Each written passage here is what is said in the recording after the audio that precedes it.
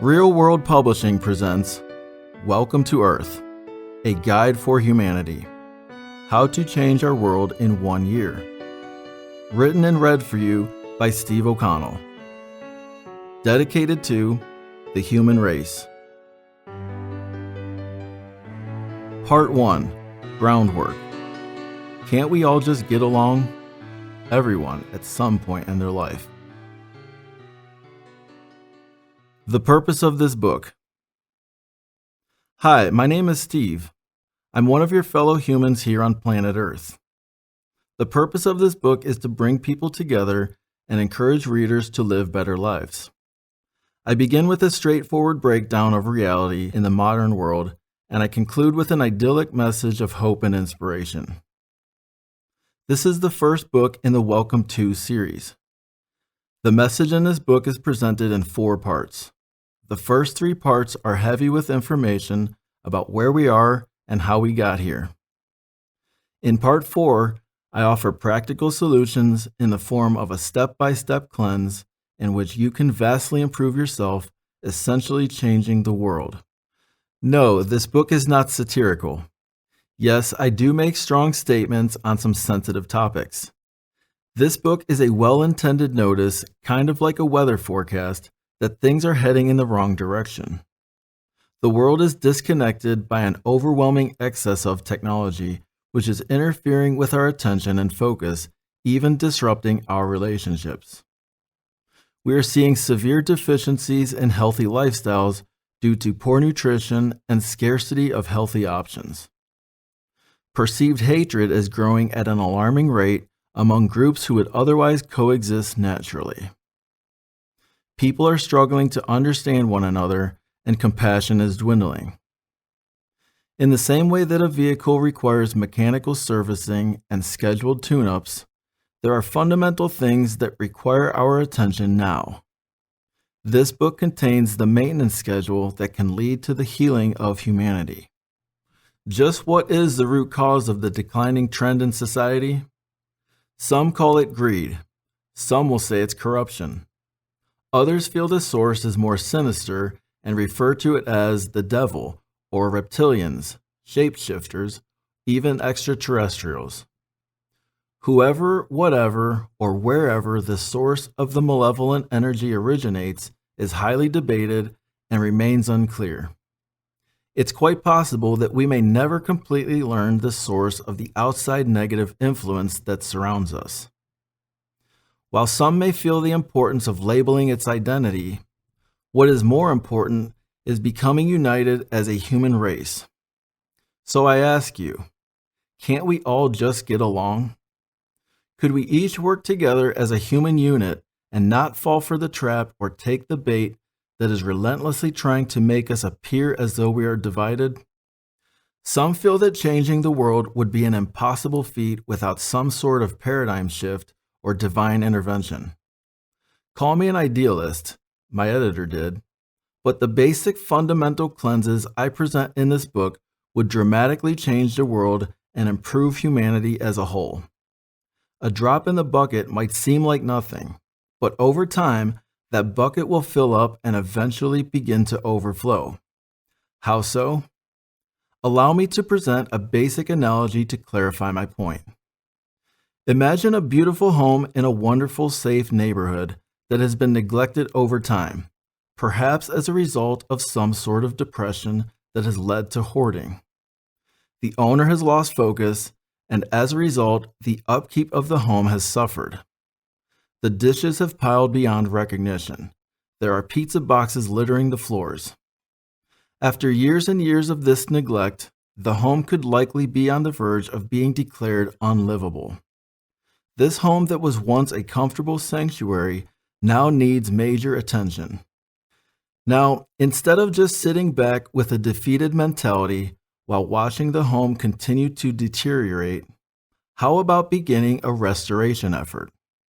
It doesn't necessarily need to be a colossal overhaul.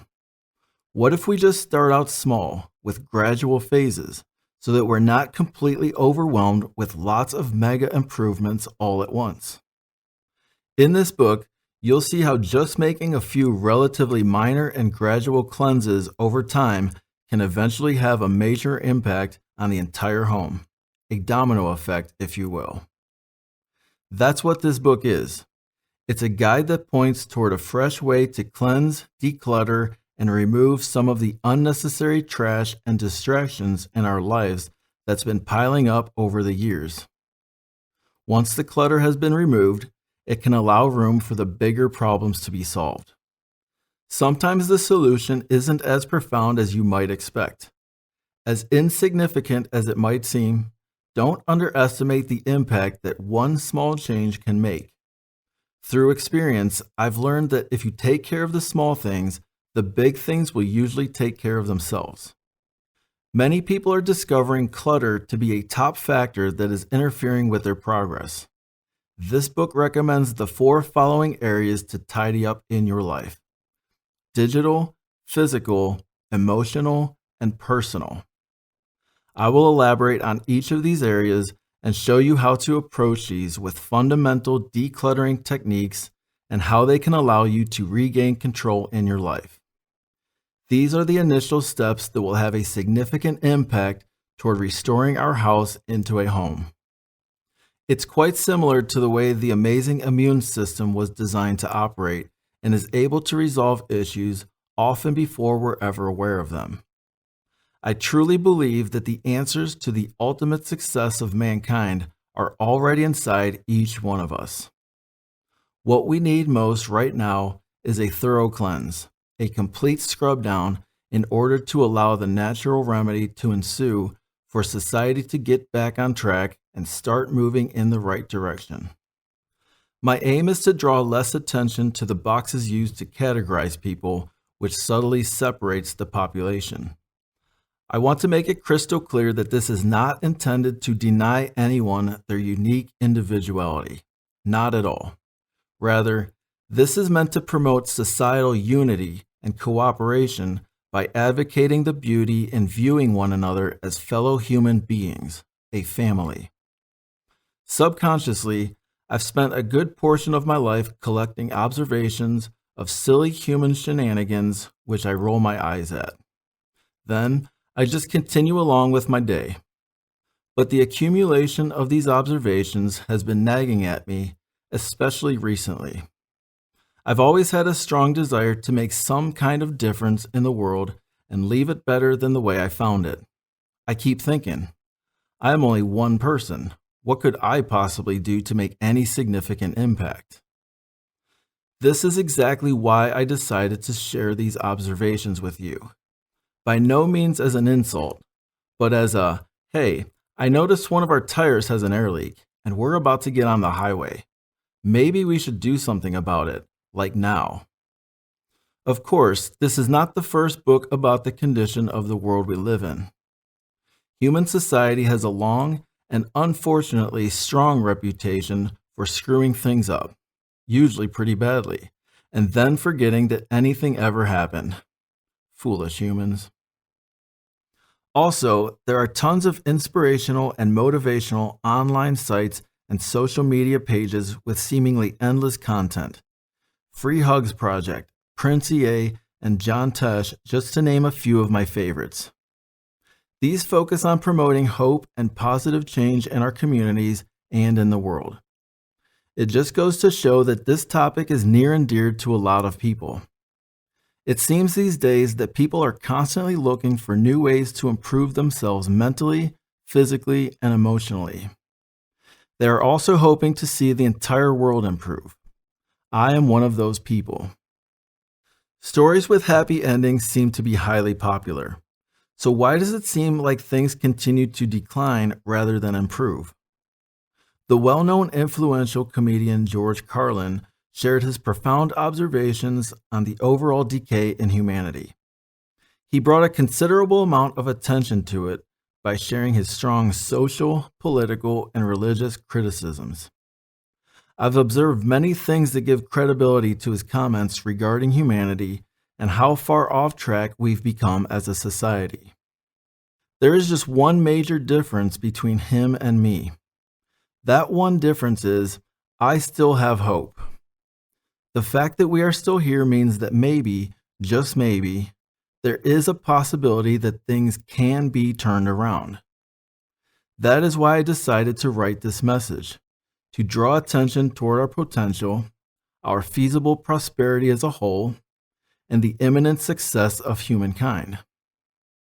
And if we actually are a lost cause and I happen to be wrong, then so be it. At least I put in some effort to try to help ourselves. Thank you, George, for breaking reality down so logically and humorously. I've always enjoyed your point of view. Let's be real. The default way of human life, the way humans are being conditioned to think and function from a very young age, has been going on for, well, longer than an amount of time than we can all agree on. The goal of this book is to encourage you to think outside the standard path that has been laid out for us. It is written with the hope of inspiring you to ask more questions, the deep questions about life, and empowering you to think for yourself. I dive into sensitive topics like government, politics, and even a hint of religion and spirituality. I want to make it very clear that I do not present one-sided viewpoints, meaning I do not belong to or align with any one single political party or religious denominational group. That is, until human is recognized as a political party or religion. While I respect and cooperate with governmental structure, I must say the solutions for today's societal issues go far beyond any one particular party to truly solve them. Also, although you may perceive the flavor of certain religious views due to the influence of my upbringing, I do hold firm values of being a high-quality, respectable, and honorable individual. However, my personally held beliefs have not settled on any one specific set of guidelines based on a particular deity or code, as my values continue to evolve over the course of my life. This book will challenge the way that you think. If you are really into politics and take side with a political party, this book could strike a nerve. If you are really into religion and devoted to a particular set of rules, standards, or guidebook, you may be turned off from certain things in this book. If you have any hard set, rigid affiliation or attachment to a particular way of thinking or belief system, some of the things I say in this book could stir up some uncomfortable emotions. Unless your mind and heart are open and receptive, chances are fairly high that you are going to not like at least something in this book. I'm about as dead center, middle of the road as you'll find when it comes to political and religious beliefs. The essence of my soul exudes understanding of one another, patience, balance, empathy, and love. I'm not a proponent of focusing attention on problems. That is, unless I also have some constructive ideas to offer. You have my promise that I will lay the groundwork as necessary.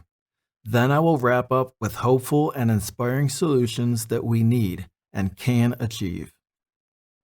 As I mentioned earlier, I am writing this book because I believe it has real value for the general population. I'm hoping to present it clearly and effectively to inspire and motivate people to improve their lives. No matter where anyone is on their journey, I would love to see the people around me improve their life. I'd love everyone around you to improve their life too. This book started out as a simple compilation of my thoughts and observations of the modern world, a journal. My entries naturally progressed into an interrogative theme asking, what do we do now? I eventually began to realize that the purpose of my writing was not simply to document my findings. The purpose of my writing was to find solutions. While the content in this book may fit in the philosophy or social sciences sections, I've decided it would be more accurate and suitable to place it in the personal growth section. And that is its home now, where it truly belongs. Why? Because at the end of this book, I offer solutions in the form of a complete cleanse for what we can each do individually. I break it up into several phases to help rid ourselves of the many things that are restricting our growth, not only as individuals, but also as a whole society. This step-by-step cleanse is how we can turn our species around into a way of living where we can all thrive and be the absolute best we can be. I believe you will find my take on humanity intriguing and compelling, with a solution that all of us can enjoy and love. I'm guessing some readers might be hoping for profoundly fantastic, bombshell solutions for how we can obtain world peace and harmony for all mankind. Unfortunately, while I do believe this is possible, we're not quite there yet. The suggestions I offer in this book are not overly sophisticated or earth-shattering. They are very simple, basic things we can each do to begin forming a solid foundation on which we can build. An infant doesn't go from rolling over to sitting up to crawling to grabbing onto furniture to walking to running in just a week. Same with us. We are barely at the point of sitting up. Before we can move forward, we must first master the basics. This book provides the blueprint to help us get started in the right direction. I love the concept that if each one of us picks up one piece of trash, we can easily remove around 8 billion pieces of trash. Our house has become an overwhelming mess. We are in dire need of a thorough cleanup to restore our home. Let's begin by vastly reducing distractions around us so we will be able to start communicating more effectively. Once humans are able to have meaningful conversations, namely by listening to the other person, then we will be able to progress toward more substantial solutions. My purpose is to show how to achieve these small things first. I'm willing to give it a shot. My question to you is, are you willing to give it a shot too? At one point in my life, I was severely overweight and had the opportunity to work with a personal fitness trainer. The first thing my trainer asked was about my short and long-term goals. I told him I wanted to bulk up and that I wanted to look like The Rock. He chuckled and said to me, "Sure, I can help you get there, but first I need to get you lean. We will have something to build upon once you've slimmed down to a proper size." I felt discouraged because I wanted to lift weights and bulk up right away. But I trusted his expertise and was able to begrudgingly admit that I wasn't there yet. Similarly, humans are not ready for any grand solutions quite yet. Like an infant, we as a society seem to have lost the ability of simply sitting up. And that's okay. We have to start somewhere. The good thing is that we are starting. That's what's truly important. Topics of the day. In my interactions with people lately, I've noticed a trend in the topics of conversation. Have you noticed it too? Often enough, it seems they tend to shift in a direction that causes tension, frustration, anxiety, and yes, sometimes even anger. These topics can be anything ranging from conspiracy theories to current events to governmental and societal issues. You name it. When I absorb these conversations, which can sometimes become unsettling and downright disturbing, I have a unique ability to process the reality around us. Allow me to offer you a quick glimpse into my thought process. I like to imagine a cute little friendly alien sightseer who has come to visit our human civilization. Let's call him Marty. Imagine with me, if you will, Marty's spaceship arrives at quite an inopportune time during downtown rush hour traffic. As he descends from the high-tech space vessel, he sees two individuals in the middle of the street hurling threats at each other in a heated exchange of road rage. Marty's presence catches everyone off guard. Everyone freezes, stops, and stares. When Marty observes this less than flattering human moment of weakness, he is overcome with bewilderment. He comes over and stands next to me with a confused expression. I, like most of us, am torn between two options: get involved to help the situation, or simply butt out and mind my own business, then continue with my day. Although I am merely an indifferent onlooker, I realize that this undignified human interaction could be perceived as a reflection on me. Subconsciously, my shoulders begin to drop and my face slightly winces. Then I slowly lean over to Marty and sheepishly, almost sarcastically mutter under my breath, "Welcome to Earth."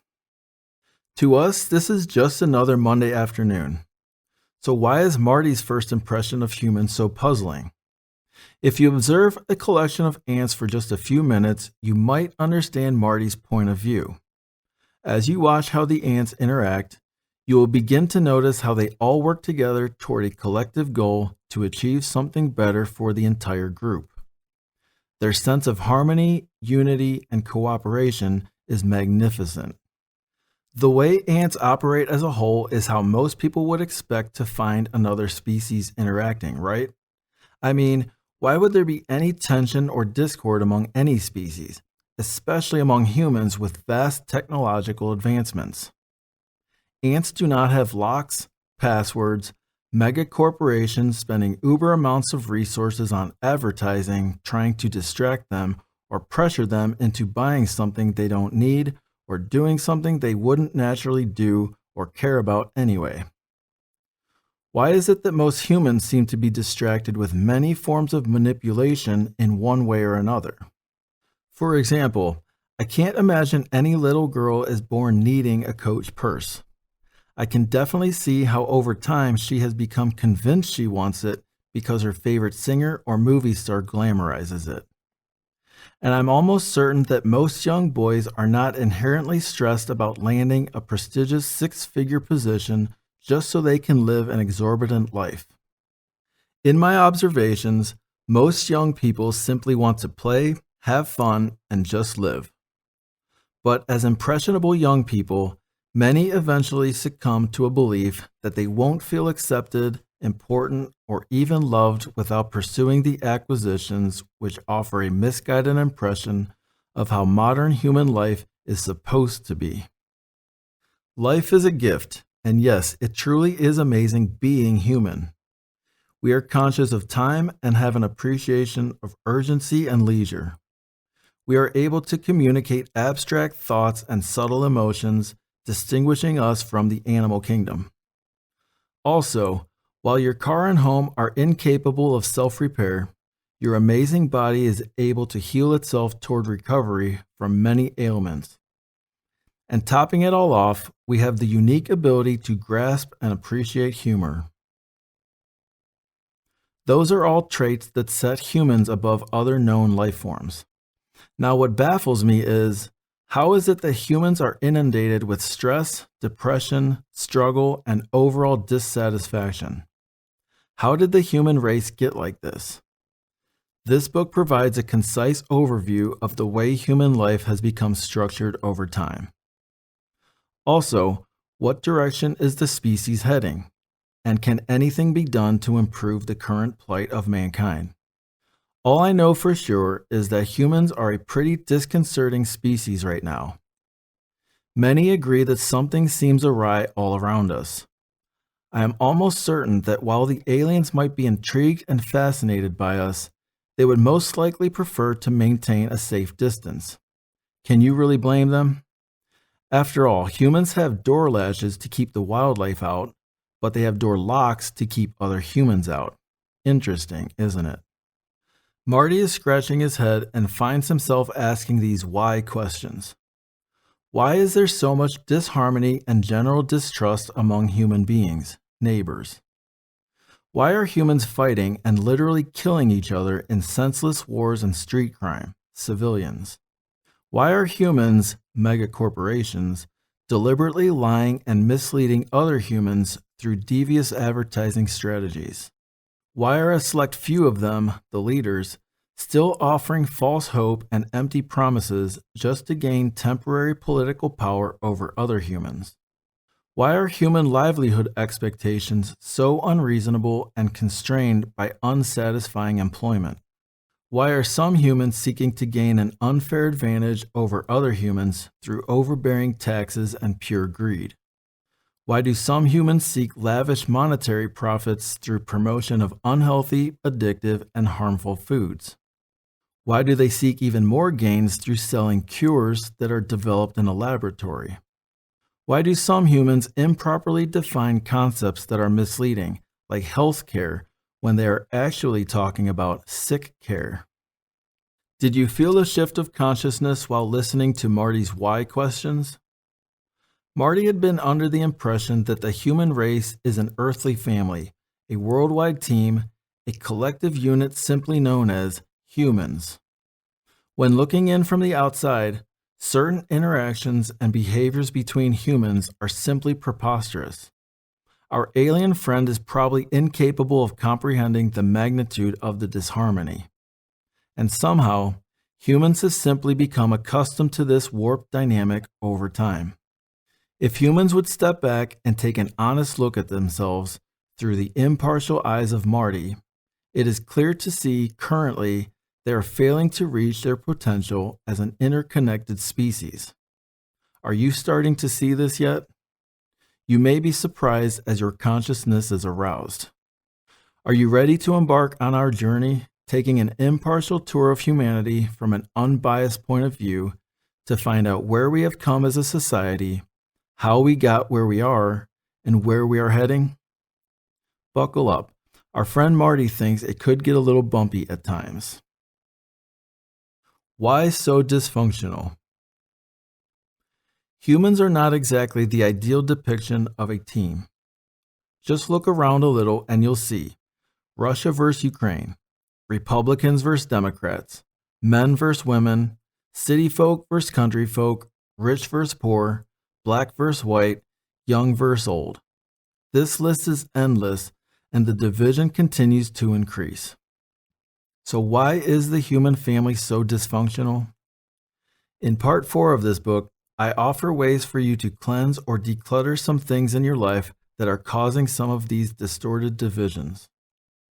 I find it fascinating that when humans are faced with an overwhelming situation of doom and gloom, like a natural disaster or terrorist attack, there is an inborn natural tendency to put all differences aside and come together for a solution to preserve the existence of the species. That's all fine and well. What bothers me is, why does it take a national calamity or a worldwide disaster for people to get in touch with innate humanity? I find it strange that people generally want to believe in humanity, but still constantly struggle to put trust in each other. That is, until things get a little dicey. Is it because individuals are waiting for the other person to take the initiative and make the first move, and then they will begin to trust each other? The amazing human brain. The human brain is fascinating. It sends and receives all sorts of information to the rest of the body. Some of the information it sends out is incredibly useful. For example, the signal of pain so that we know to remove our hand from the hot stovetop. Other information, often referred to as cognitive distortions, can be somewhat questionable and sometimes even debilitating. Think about it. Humans are born to be intelligent, powerful, and capable. However, many are aware of the overwhelming limitations, better known as distractions, which lead humans to believe they are stuck in a system that is not designed for their overall well-being. Humans collectively are not doomed victims by any means. But is it possible for humans to modify their mindset so they can break away from certain beliefs that may appear to be keeping them in place and suffocating their potential? Consider a tragically enlightening concept. Some may find it a little disturbing. I assure you of its pertinence to this book's message. It's called elephant chaining. Elephants, like humans, are intelligent, powerful creatures. They will rip large trees out of the ground and demolish structures with ease. But they won't make even the slightest effort to break a small chain around their leg. Why? Because as a helpless infant, the elephant's leg was tethered to a small rope or chain which was strong enough to keep him in place. The newborn will struggle and try to escape and free itself, but is physically unable because it's not strong enough. Not yet. Eventually, the elephant will give up, realizing its inability to escape no matter how hard it tries. Would you believe the exact same chain which kept it confined from infancy is still used when he becomes an adult? It sure does. But it's not because of the strength of the chain. Well then, how does it work? The elephant has already accepted the reality that the small chain around its leg was impossible to break and therefore will stop trying. This captivity technique only works on the fully grown elephant because it remembers the pain and struggle when trying to escape as a calf. Yes, he could easily break free if he tried. I find this form of manipulation sad and disturbing, yet I also find it fascinating and eye-opening. Now, before jumping to the conclusion that the evil ringmaster is the elephant's paramount adversary, please remember the elephant has more than enough capability to break the chain on its own, if it's simply made an effort. Again, the elephant chaining technique is only effective because the elephant thinks it works. People are tired. People feel powerless. People have been tricked into believing self-defeating thoughts planted by an outside influence, ringmasters, if you will. Some people do not quite realize just how powerful they really are, like that baby elephant who has grown into a 4-ton adult. Many who are exhausted from the abuse of power are truly capable of breaking free from their elephant chain.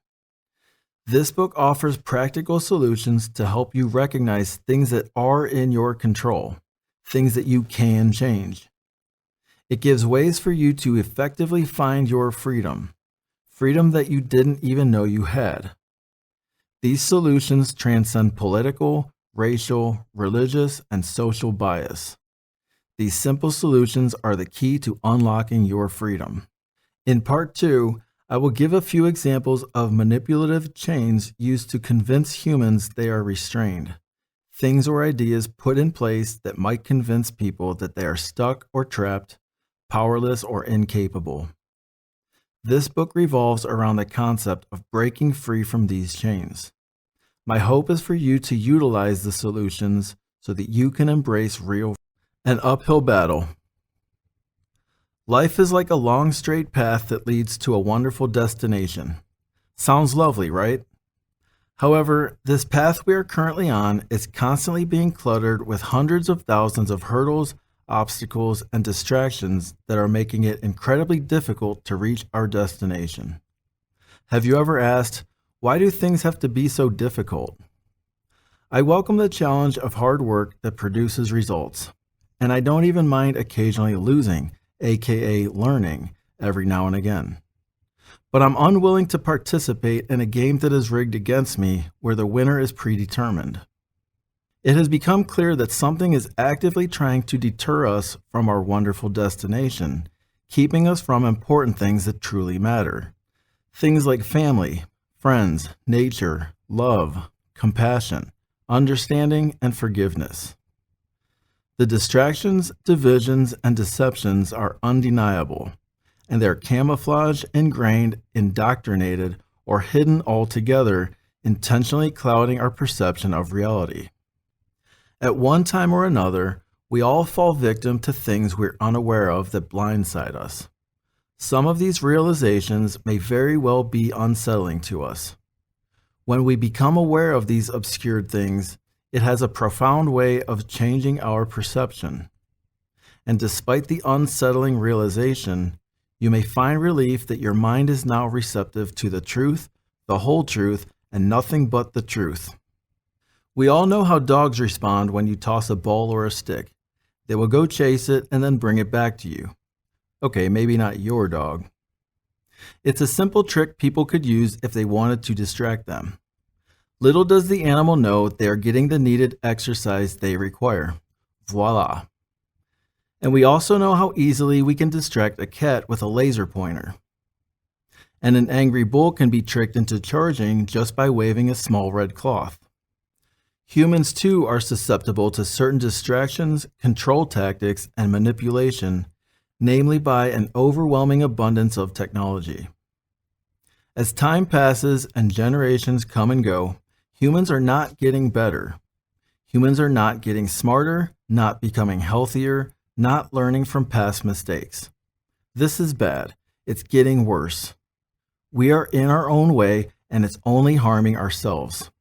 We have the power to stop it, which I will expand on in Part 4. Later in this book, in Part 2, I will elaborate on some of the shenanigans we see in modern human life. I cannot possibly list every single instance of fraud, corruption, deception, or intentional distraction. But I can give you a few solid examples to start pulling the curtain back on the harsh reality so we can attempt to see this world from a fresh, impartial, candid perspective. We may not always achieve this, but the endeavor is worth the effort. If we aim with skill and precision and we miss the mark, we can still achieve exceptionally accurate results. Once you're aware of the uphill battle you are facing, you can be empowered to learn the strategies to help you succeed. A day in the life of a human. The standard structure of a modern 9-to-5er has led many off the path to a meaningful and fulfilling life. How so? Let's take a look at a typical day. First, you wake up. Actually, you're startled awake to the invasive beeping of an alarm clock. The timing seems too early for your natural biological clock. You're tired and exhausted from the previous day. Perpetually? What a start. Next, it's time for you to stretch, exercise, and eat something healthy. But wait, I just don't feel like it today. I'll simply have my morning coffee with some sugar and cream. That'll do the trick and give me the energy I need to start the day. 3 items which I'm pretty sure are not ideal choices for human wellness. And just like that, you've already decided against taking the proper time to make yourself a healthy meal to start your day. Instead, you'll just quickly microwave something or heat up a frozen pastry or toaster item, not real food. And although it happens to be quick and easy, for some reason, you'll still pass on the apple that's been sitting on your counter for several days. Now it's time for you to leave the place you call home for work and get irritable, with fellow commuters rather than fight against the people who cause some of your unnecessary stress. The vast majority of the motoring public, like you, are likely also having a rough start to their day.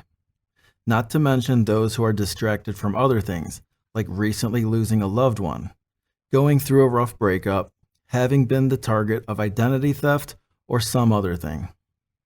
Human life is not for the weak. This world is designed to be rough on all individuals.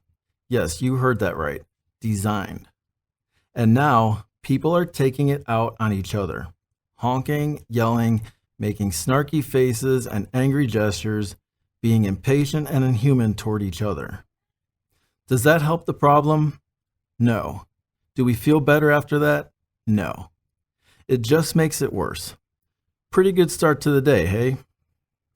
Now you've arrived at your job. You know, the one you already don't like and the one that probably doesn't appreciate you enough.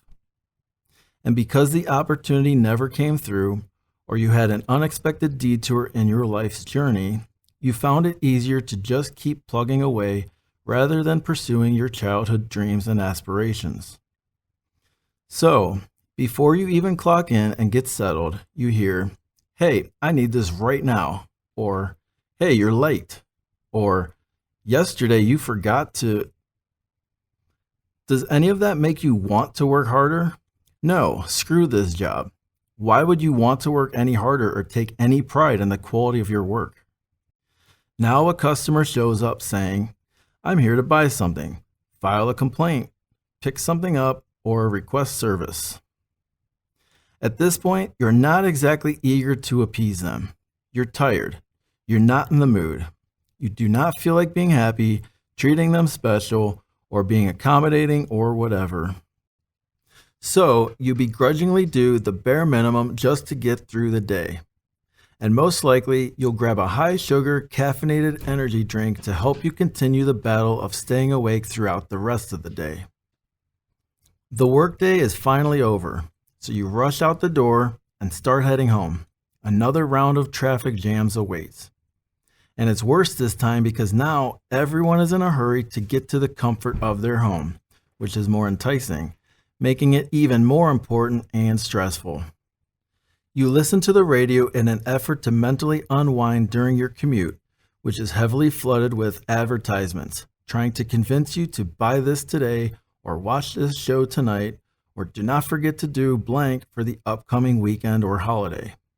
Your brain is now filled with extra clutter. I call them distractions. Then you get home. Finally time to chill, right? Nope.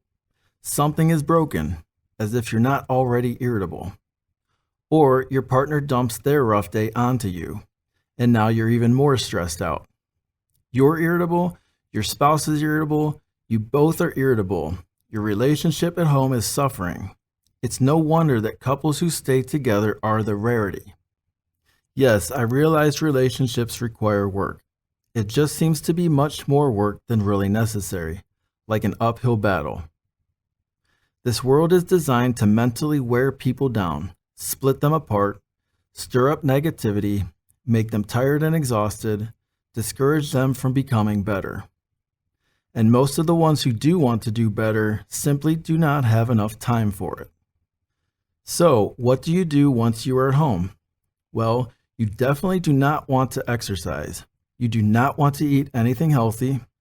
You probably just want to drink a beer or 12, watch some TV, play some games on your phone, or aimlessly scroll through social media feeds or some other kind of mindless distraction. You just want to be left alone. You do not want to hear about your kid's day or help them with their homework. You do not want to play with them or help coach your Little League team. You do not want to drive to the store or mow the lawn. You've already done enough today, right? Besides, you don't really even have enough money to get or do any of the things you actually desire. So, you stay up late, don't accomplish anything important, your relationships have not been strengthened, and you didn't learn anything new. So you just go to sleep and hope that tomorrow will be better. Fat chance. And that's it. That is your typical human day in this modern world. Poor diet, inadequate amount of exercise, the majority of your time spent on people and things that you do not love. What a miserable existence. Sadly, this day I just described is pretty accurate for many humans. One person might ask, is this all there is? Does life get any better than this? Another might reflect, if I'm lucky enough to make it to my golden years, which is an incredibly weird phrase, then I will get to kick my feet up and finally enjoy my life, along with the added aches and pains that I've accumulated over the years. Every day, the commercials on TV, the pop-up ads on our computers, the sponsored ads on our phones, the billboards on the highway, the advertisements on the radio, ads on our apps are constantly bombarding humans. How much commercialism is in our face constantly? According to Forbes, digital marketing experts estimate that most Americans are exposed to around 4,000 to 10,000 ads each day. That's a lot of pressure put on people to do what someone else wants us to do, and it bombards us daily. Life can be exhausting. Thankfully, we can lessen the effects of this stressful lifestyle by making a conscious effort to cleanse ourselves from an overwhelming digital influence. Similarities between life and Little League. I heard an eye-opening story about a 13-year-old Little League baseball player. One time he was batting and got walked, so he moseys over to first base. After making it to first base, the catcher stares him down almost as if to dare him to steal second base. So the runner sprints to second base as the catcher hastily hurls the ball into the outfield. Now the runner's heading for third base as the fielders overthrow the ball once again. He heads for home. There's a cloud of dust with a play at the plate. Everyone looks for the umpire's call, and he informs them it was only ball 3. There's something profound to be learned from this lighthearted story. The reality is, Although it's just an odd, funny story about a kid playing baseball, the most boneheaded player on the field, struggling to be tactful here, was controlling the entire game at that moment. Everyone on the field responded to his actions, even though he was completely wrong. And might I respectfully add, dumb? It's nice to know that it all got sorted out in the end, but the fact that it even happened in the first place is just a tiny bit frightening. What would you have done in that situation? Would you just keep playing and waste everyone's time by recklessly throwing the ball around because some idiot, according to the version I heard, thought he knew what was going on? That's pretty much what's going on in the world today. A few of the people are very aware and clearly see what's going on in the world around them, the pitcher and the catcher. Then there are other people who are kind of paying attention and have a general handle on the current situation, the infielders. And then there are others who have no clue whatsoever what's going on, and they just keep doing whatever they think makes the most sense to them, the outfielders. Living on autopilot. It seems like most people are simply going along with the structure they have grown accustomed to, even though it doesn't make much sense, all because they said we have to fill in the blank. For example, pay this amount of taxes, work this many hours each week, root for this sports team, post on this social media, drink this soda or eat this burger, vote for this candidate, pray for this group, go to school for this many years, and then supplement it with college for another this many years. And the list goes on and on and on. Are you really operating your own life and making your own decisions? Somewhat yes, but ultimately no, not as much as you may think you do. Local water sources that many people depend on have fluoride added, whether we like it or not. The food we choose is generally determined by what is made available within a few miles of where we reside. Do you choose your doctor, or does your insurance company specify which ones you may select? Do you choose your own cable or internet provider, or does your city choose? Many of the options available to people are not as optional as they might appear to be. Are these things trivial? Maybe, maybe not. The book Ultra Processed People by Chris Van Tulleken unleashes this jarring truth. You're a participant in an experiment you didn't volunteer for. The point is, people are led to believe they are in complete control of their lives. Young people often hear, "You can be anything you want when you grow up." Is that so? Maybe, kind of, in a way for some. But realistically, no, it's not. Good news, there are several steps you can take that can leverage things back into your control. You can greatly reduce your dependence on medical treatment if you prioritize your health. By limiting your technological intake, you can free yourself from excessive reliance on digital services. These might seem like small things, but over time, they can become life-changing. We already know that there are a limited number of options for many people, which are predetermined by a multifaceted structure more complex than we can even imagine. The majority generally figure out the least painful path to undertake in life. But that's not real living. It's a designed system of living, and it's not designed for you or me. That is for sure. This reminds me of the bully in school who continually harasses or takes lunch money from smaller or weaker classmates. It typically begins with verbal attacks and then leads to more intense intimidation, sometimes escalating to physical assault. This behavior often continues until an adult figure finally becomes aware and intervenes. Just the same as the bully situation in school, the only reason the masses of humanity appear powerless is because the few in power remain unopposed by the majority who are being oppressed.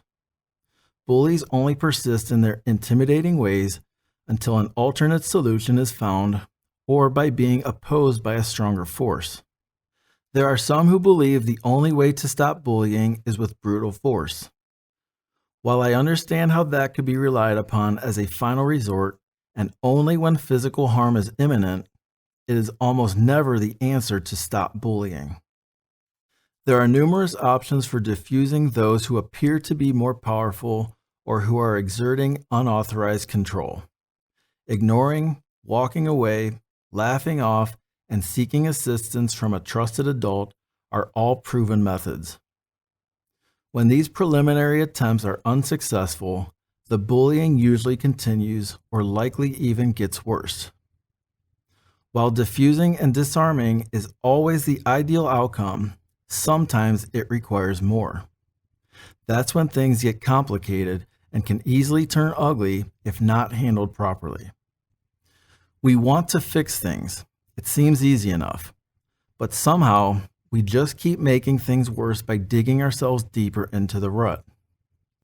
Do you remember the first time your car was stuck in snow or mud? You probably tried aggressively smashing the accelerator with your foot while someone else helped push from behind, and it probably just kept digging itself deeper into a trench, getting worse. Thankfully, you are not nearly as stuck as you may believe you are. I am willing to help push you to get unstuck. We can accomplish this much more easily when we work together. Humans are creatures of habit. Humans are creatures of habit. Therefore, sometimes we inevitably do things without applying conscious thought, mindlessly repeating the same old routine behaviors on autopilot. One common example that immediately comes to mind is the knee-jerk phrase "bless you" uttered after someone sneezes. I would prefer a "bless you" for something I did consciously and intentionally, not for an involuntary bodily function. It may be worth asking yourself more questions like the following examples. Why do I feel stuck working a job where I feel miserable? Why do I feel trapped in an unhealthy lifestyle? Why do I feel powerless and incapable of reaching my full potential? Do those things sound familiar at all? Perhaps like that elephant chain we discussed earlier in the book? Well, this book is all about how people can break that defeatist mentality. You know, that belief of being stuck, trapped, powerless, or incapable. When our thoughts are distracted into a mindless state, human behavior defaults to what is routine or familiar. When the human mind is on autopilot, human behavior becomes malleable. Many of us are too busy to stop and think about what we are doing or ask important questions about why we are doing what we are doing. A mental exercise. Let's do a quick mental exercise. It's a simple multiple choice question. It's not a trick question. Some of you will get it right away. What form of government does the United States have? A. Monarchy. B. Communism. C. Democracy. D. Other. Do you have your answer? Great. Now let's change the subject for a moment. The Pledge of Allegiance. Let's take a moment to talk about the Pledge of Allegiance. Have you ever stopped and actually thought about what the Pledge of Allegiance means and what purpose it serves? Let's break it down with a quick review. I pledge. I promise, vow, commit. Allegiance. Heartfelt loyalty. To the flag of. To the emblem which represents. The United States of America. The nation as a whole. And to the republic and to the organizational structure for which it stands, for the values that it holds to. One nation, a single unified country, under God, in recognition of a divine being, indivisible, unable to be separated or divided, with liberty, with freedom from oppressive restrictions, and justice and fair treatment for all, for every citizen. Did anything stand out to you when reviewing it? Yes? No? Not really? Here's what stands out to me. Nowhere in the pledge does it say that this nation is a democracy. Why? Because it's not a pure democracy. The pledge does, however, mention that the United States is a republic. That means the political decisions are made by the ones who represent the citizens. Those representatives do not always go along with the popular vote of the citizens. While the two forms of government are symbiotic, they are definitely not interchangeable. Isn't it interesting how young people are taught that America is simply a democratic nation? You may have recently come across the video of the different news outlets that are quoted saying, "This is extremely dangerous to our democracy." This obscure concept would be far less confusing if it were presented more clearly. Back to the mental exercise. So, back to our little quiz. The correct answer is D, other. What? Is this a typo or printing error? I am certain the answer is in fact C. The government of the United States of America is in fact a federal representative democratic republic. Here is a direct excerpt from Our American Government, which describes the dynamic function of the United States. The United States, under its Constitution, is a federal representative democratic republic, an indivisible union of 50 sovereign states. With the exception of town meetings, a form of pure democracy, we have at the local, state, and national levels a government which is federal because power is shared among these three levels, democratic because the people govern themselves and have the means to control the government, and republic because the people choose elected delegates by free and secret ballot. What this is saying is a democratic method is used to elect representatives of the citizens. Those representatives are relied on to make decisions on their behalf. In a true democracy, representatives would not be necessary. And because it is a democratic republic, the chosen representatives determine what is best for the whole. Hence, the United States is not a pure democracy as many are led to believe. Splitting hairs? I can see why some may think so. Again, my hope is to clarify widely accepted misleading concepts. This is simply another example of how the human brain can easily accept a way of thinking that is not completely accurate. A simple way to illustrate this would be a family where the parents are requesting their children's input before deciding where to go on vacation. Do you kids want to go camping or to the beach? A couple of the kids say beach. The other siblings say camping. Will any of the kids get what they want? Of course. But remember, only two options were offered, which gives the appearance that the kids get to make their own choice. And out of those two options, the decision is ultimately up to the parents. That's how a democratic republic works. Back to the Pledge of Allegiance. Let's continue on the topic of the Pledge of Allegiance. Every morning, school children are required to chant in unison, whether they are aware of the meaning or not, in a monotone voice, a commitment to our leaders, actually to a flag. You could say religiously, almost as a form of worship.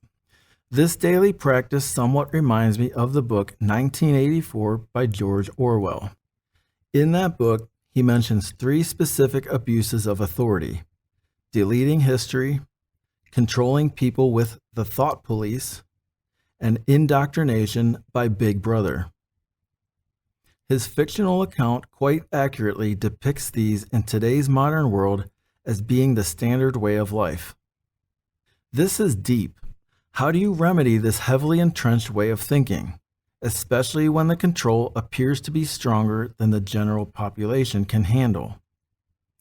And the Pledge of Allegiance is just one example of this kind of indoctrination into our youth. What second or third grader actually knows what a republic is and how it operates? And yet, most of us are taught to recite it anyway.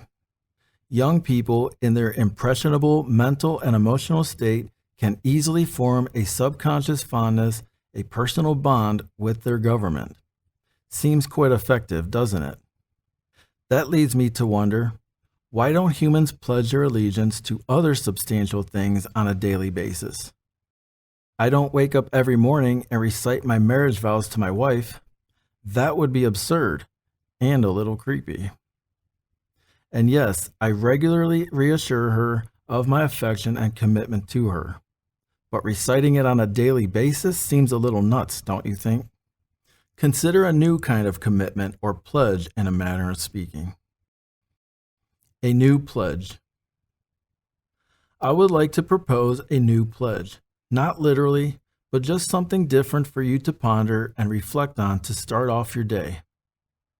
How about pledging your allegiance to your health, to each other, to living a more productive life, to humanity, to the success and well-being of all mankind? Why stop with your own country? What about your human family in China, Brazil, the Netherlands, Indonesia, Guatemala, Canada, everyone, everywhere?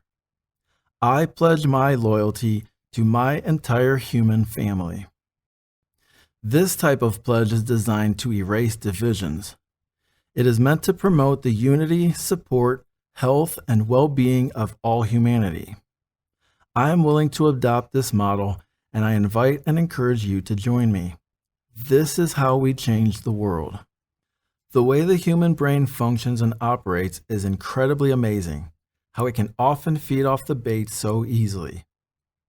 Consider this new cognitive approach. Why America? Because that's where I was born? Yeah, I definitely like it here, and I actively take part in advancing this country's values and ambitions. But it wasn't exactly a conscious decision of loyalty that I made as an individual. I like making well-educated and informed decisions regarding commitments of my personal allegiance. In fact, I'd like to reserve my decision-making for when my brain would be more developed. Marty is now beginning to see how the structure of human society has been laid out. Things are now starting to make sense. Part 2. Shenanigans.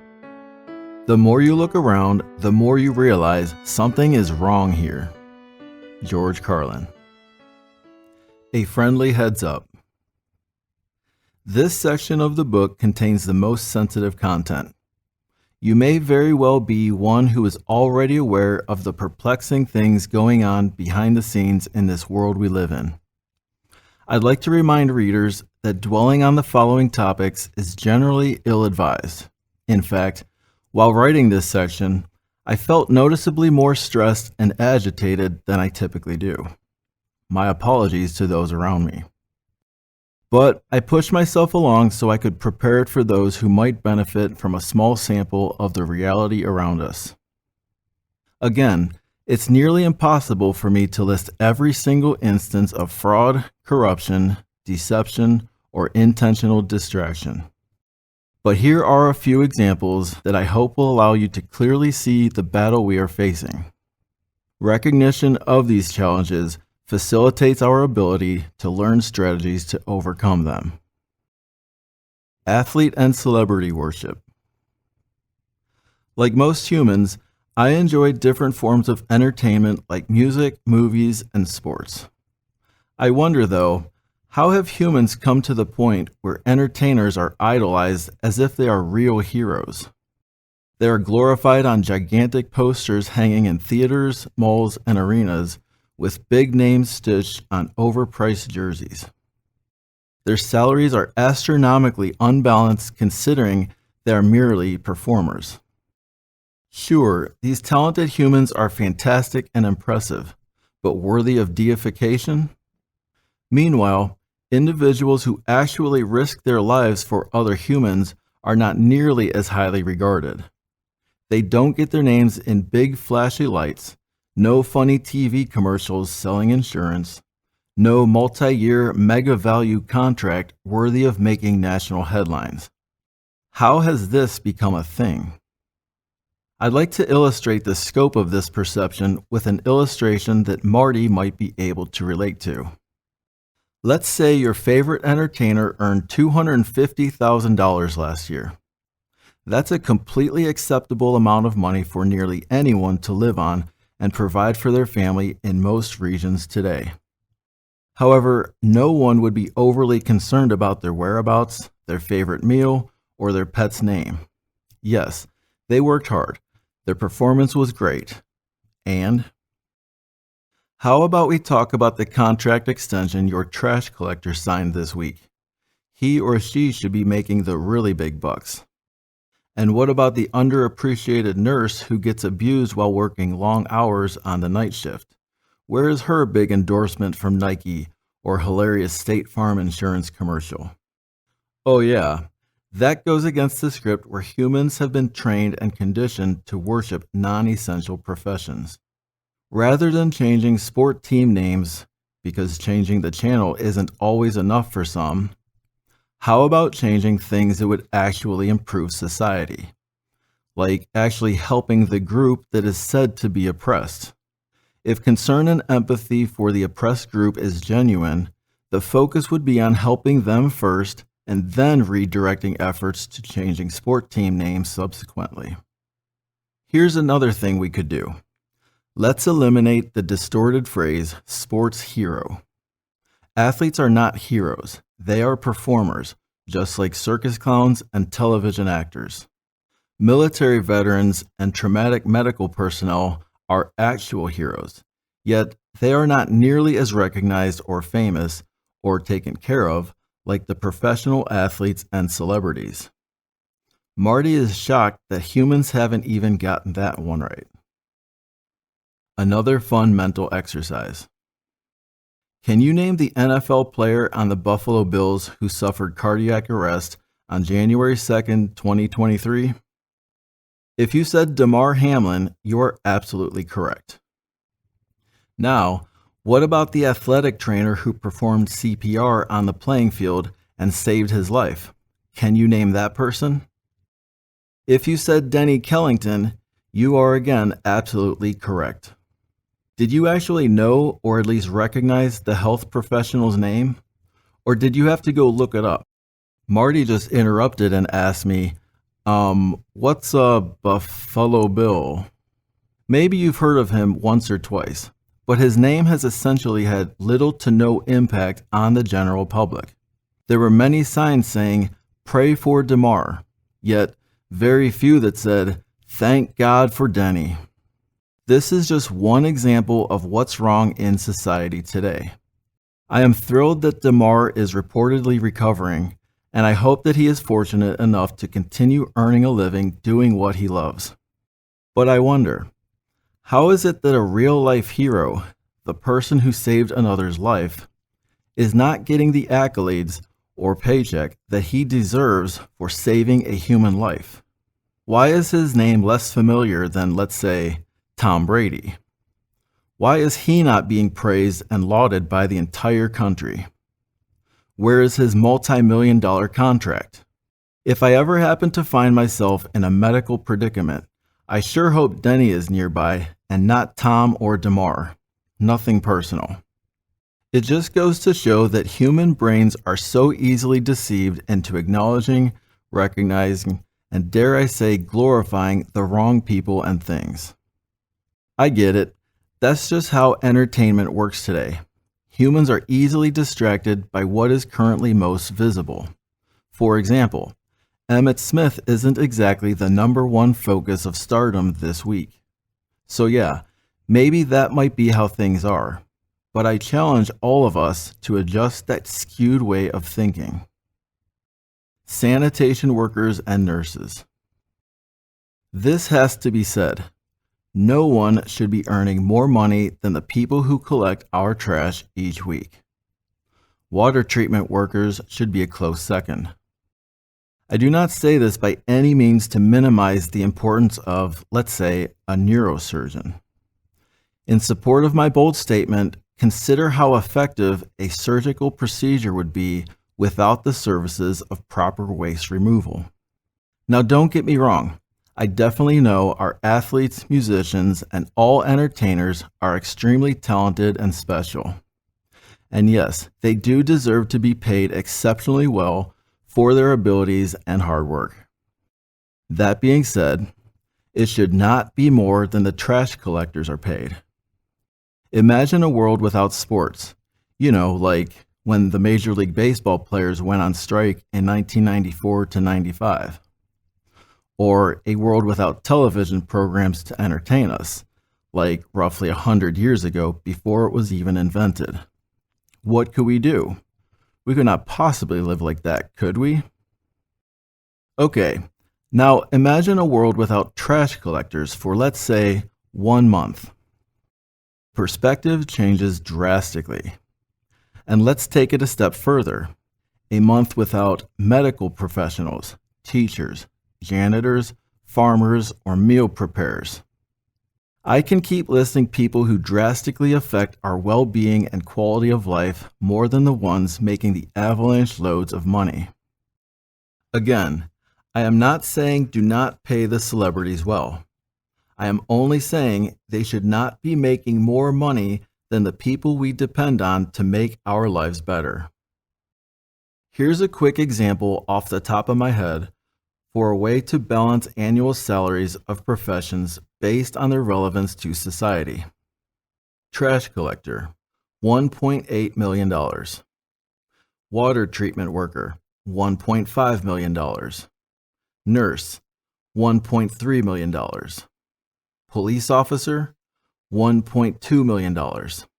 Doctor, $1.1 million. Teacher, $800,000. Truck driver, $750,000. Cook, $500,000. Athlete, actor, musician, $300,000. Okay, I'm ready for it. Let me know how far off my proposition is and how there's not enough money in the entire world to balance it that way. That's a fair debating point. At least, let's visit this topic and start making sense of it so we can achieve a better balance. My point is, there is clearly an extreme imbalance, and there has to be a better way of doing it for a more reasonable and better functioning system. Before continuing, I want to revisit a topic I touched on earlier. Let's go ahead and see what Damar Hamlin's salary looks like in comparison to the gentleman who saved his life. What was that guy's name again? Exactly. Damar Hamlin, $910,000 a year. Footnote. Oddly enough, Damar is on the low end of the pay scale when compared to higher profile athletes. Back to the paragraph. Qualified to entertain audiences. Denny Kellington, $75,000 a year. Qualified to save lives. Do those numbers add up to you? They sure don't make sense to me. Denny Kellington could work 50 years of his life and he would bring in a whopping $3.75 million over his entire career as an athletic trainer in the NFL. And he holds responsibility for the health and well-being of the performers. As I try explaining all of this to Marty the best I logically can, he simply stares back at me with a blank look on his face. I feel for him. Don't get me wrong. I do not believe in simply taking from the rich and giving to the poor. I believe in redefining the values that are placed on specific productive tasks indicative of their proper worth. I strongly believe in the adage, if you don't work, you don't eat, with certain reasonable exceptions, of course. I am simply saying that there's definitely an imbalance and also a likely way to level the playing field so that all can thrive. The key word in this entire book is balance. No one loses that way. In other words, we can all win. Help our veterans. While driving down the highway one day, I saw an advertisement saying something along the lines of, "Please give money to help take care of our veterans." What? Now, I am totally in favor of supporting the men and women who make sacrifices for the comforts that we all enjoy every day. But shouldn't the country that they served carry the sole responsibility to ensure their best care possible? Considering the amount of tax dollars collected, shouldn't taking care of their veterans be a top priority? I am all about treating our troops well and thanking them for their sacrifices, for risking their lives for us. I'm not talking about I do not want to help them. They should be fully taken care of by the country they served, or at least better than they currently are. Since the balance is unequal, maybe we would do well to revisit how tax dollars are allocated.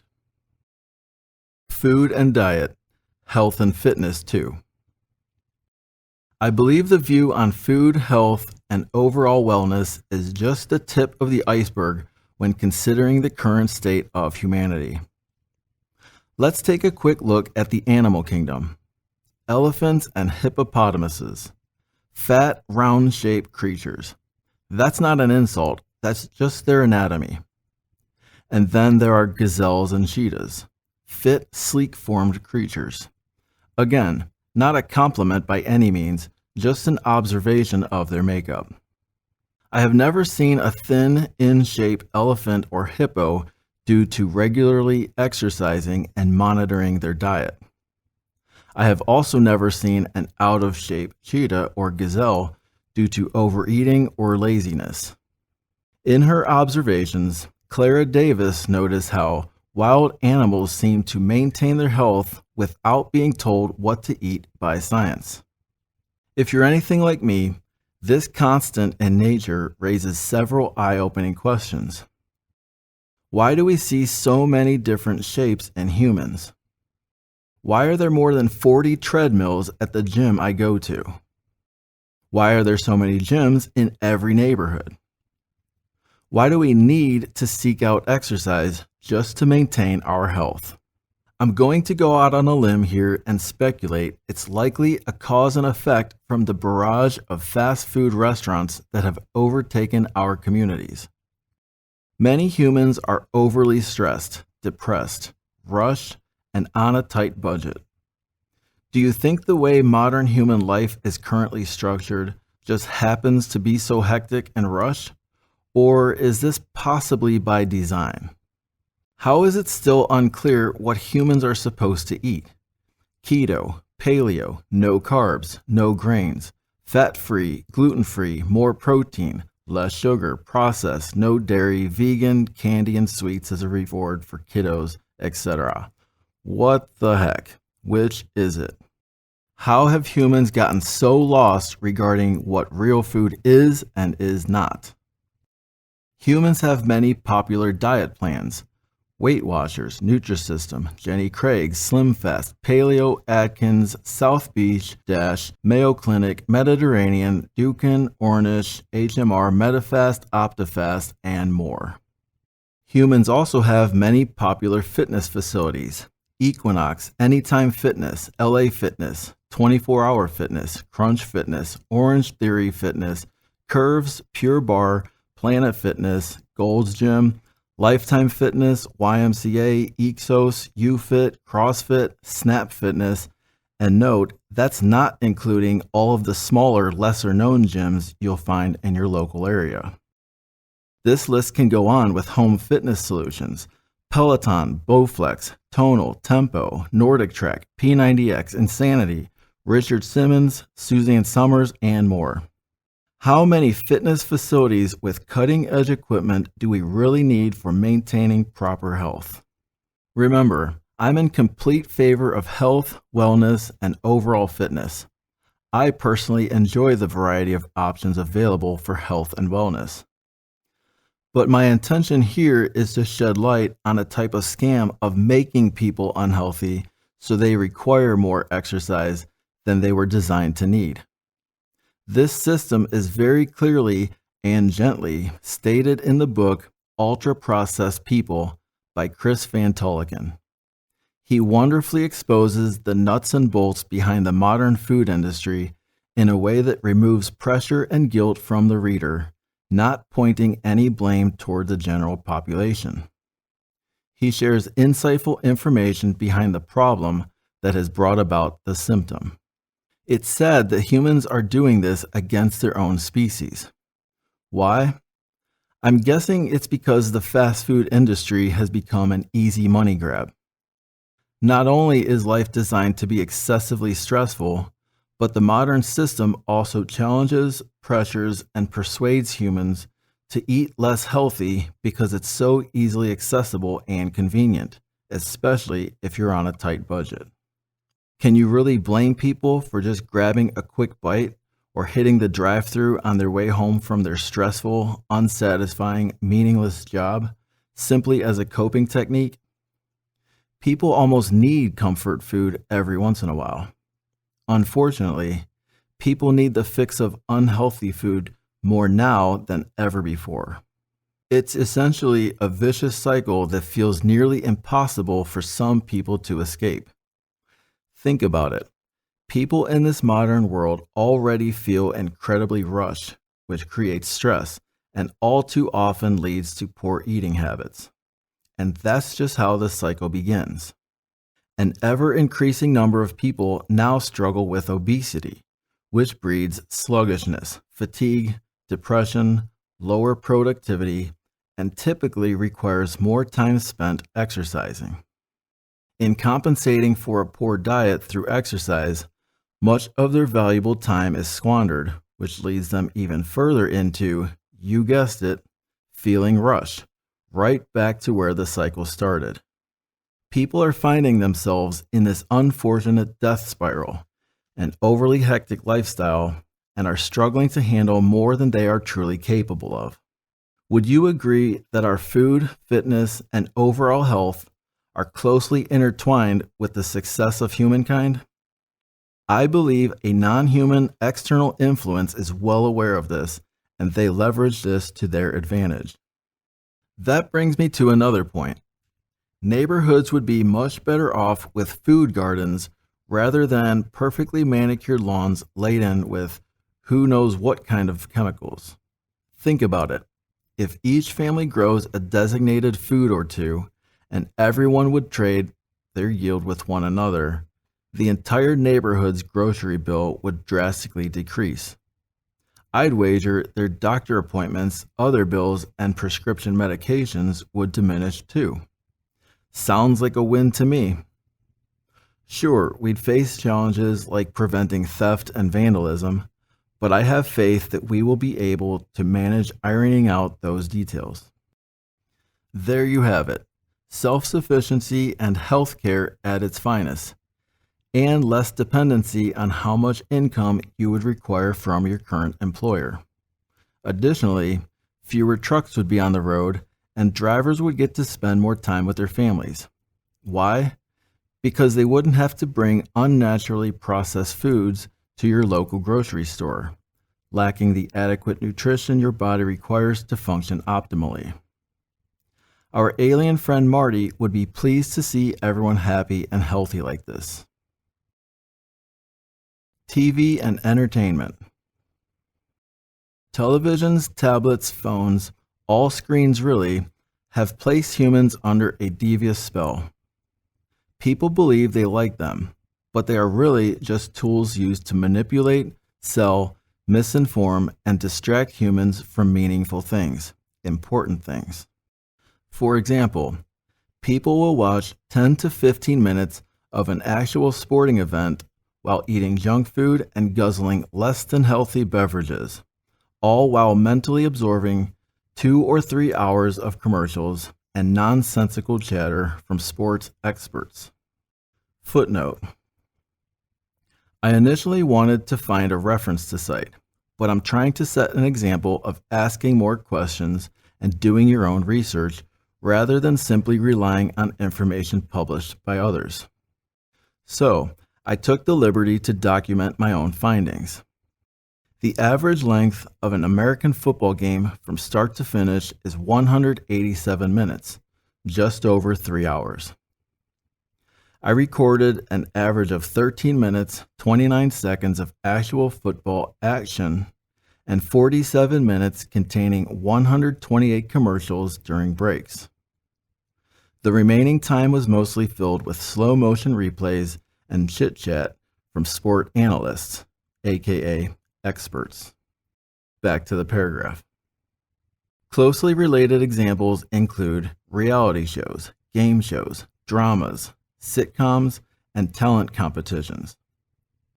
Think about how much time is wasted simply taking in irrelevant content and the plethora of advertisements. Some people choose this over spending quality time with their family or learning how to invest their hard-earned money. Not to worry though, there is a way to wake up, break up, and make up with personal indulgences and chosen forms of relaxation and entertainment. They do, after all, serve a purpose. You will find this in Part 4, Phase 1 of the solution. Different demographics in humanity. Marty the alien is confused.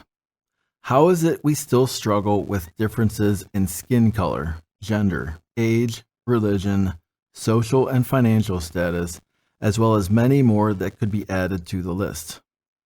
Let me clarify my stance. I absolutely love the variety within the human species. In fact, I heard it perfectly stated somewhere that variety is the spice of life. Each unique culture makes humanity beautiful. We are not all exactly the same, and that's okay. In fact, it's awesome. What will it take for humans to look straight into the mirror and realize that we are all one family on the same team working together? No matter the extent that someone or something tries to divide, categorize, or separate us, we will always have much more in common, unifying us, than we have differences separating us. The last time I checked, we all bleed red. I'm pretty sure that has not changed. So, why are division and separation so prevalent? Or is someone trying to convince humans to be divided, knowing full well how vulnerable they can be when separated? Government and politics. I'm going to start this section with the notion that most people have been told at some point, if you want to make a difference, you need to vote. Or, if you didn't vote, don't complain. Fence when it comes to dissecting and debating words and grammar, especially in English. It's incredibly complicated and confusing with all the rules that only apply in certain instances. For example, no one is one word, according to the dictionary, and cannot is not two words. Confusing? Exceptions to rules like these certainly require extra brain power from me. Do you see this difference? The word no one is unique in comparison to similar words, someone, anyone, everyone. And yes, this is the proper word, not an informal or slang version of the word. This reinforces how our brains are able to assimilate illogical and somewhat bizarre rules over time. Footnote. The simple explanation being the rule makers do not prefer the two vowels touching in no one. They are fine with the two consonants touching in cannot. I didn't make these rules. Back to the paragraph.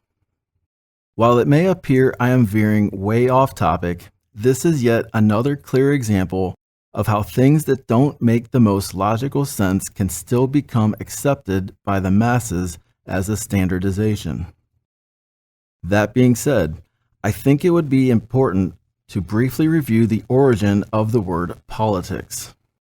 The English word politics originated in the mid-15th century based on politica, affairs of the cities, a classic work by Aristotle. Here are a few of the definitions derived from it. A distinctive form of rule whereby people act together through institutionalized procedures to resolve differences. Bernard Crick. Comprises all the activities of cooperation, negotiation, and conflict within and between societies. Adrian Leftwich.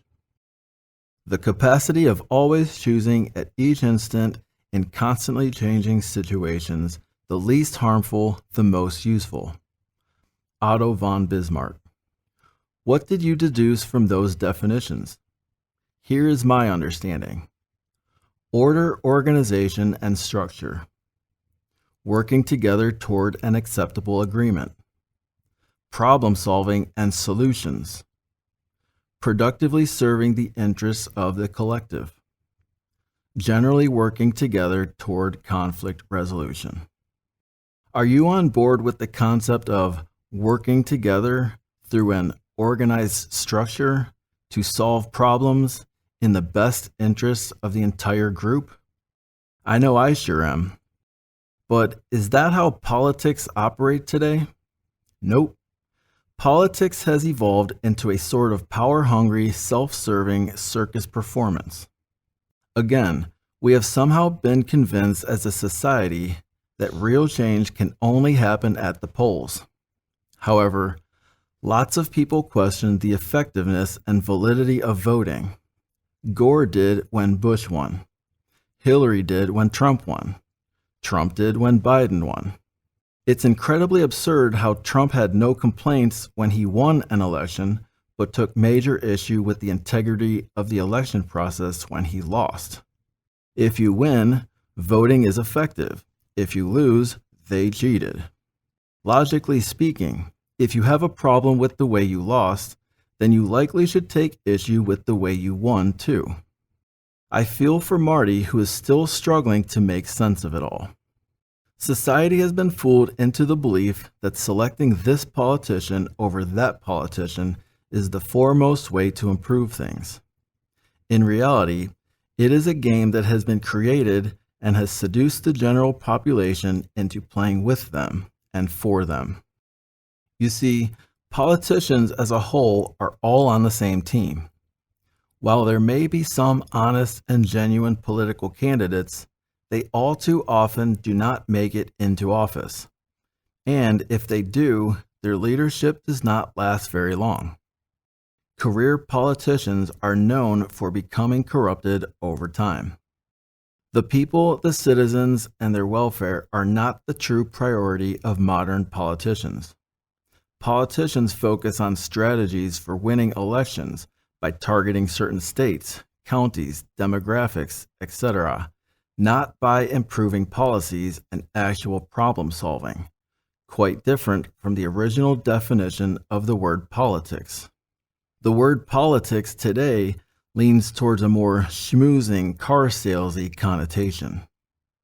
They have simply mastered the craft of saying the right things to get people to react, the fascinating art of persuasion. While there may be some well-intentioned, honest, and genuine politicians, it is unfortunately clear that any impact they do make is short-lived. Try this. The next time you hear news during an upcoming election, pay close attention and decide for yourself how much of the reporting is on winning the vote, or who is leading in the polls, or my opponent is a bad choice because fill in the blank. In other words, throwing dirt at each other. Conversely, ask yourself how much of the reporting is on actual policies, solutions, or how their administration plans to improve things for the greater good of the people. It's clear that whoever leverages the most money with the right people in their corner and plays the game most skillfully wins the election and takes control. I think most can agree how ridiculous the adult comedy cartoon South Park is. An absolute dumpster fire of absurdity. And even they recognize the ridiculousness in choosing the lesser of two evils for leadership in our nation. Will you be voting for the giant douche or the turd sandwich? South Park, Season 20, Episode 1. Many citizens feel forced to choose a candidate that they dislike less rather than selecting an honorable candidate that they can truly support. The system is set up so that elites, super PACs, and lobbyists get the things they want, things that the general population would never even consider. How silly is it that even the outlandishly satirical South Park cartoon clearly sees this. Yet, many people routinely keep going through the motions, continuing to cast their sacred vote every so many years as if it truly matters to our society. My heart goes out to Marty. He must be confused and overwhelmed with grief and pity, disappointed in what the human species has become. I am certain this is not what he was expecting when he was planning to visit a new species. Flawed justice system. Okay, this might be the shortest section of this book. The legal system is not about justice. It's about money. Next topic. Fine, I'll elaborate. While writing this book, I had my first opportunity to serve on jury duty. I was selected to be on a panel, which was a fantastic experience. Although I was originally apprehensive and hoped to be relieved from my duty, I am very happy to have gotten the privilege to serve, even though it was mentally and emotionally exhausting.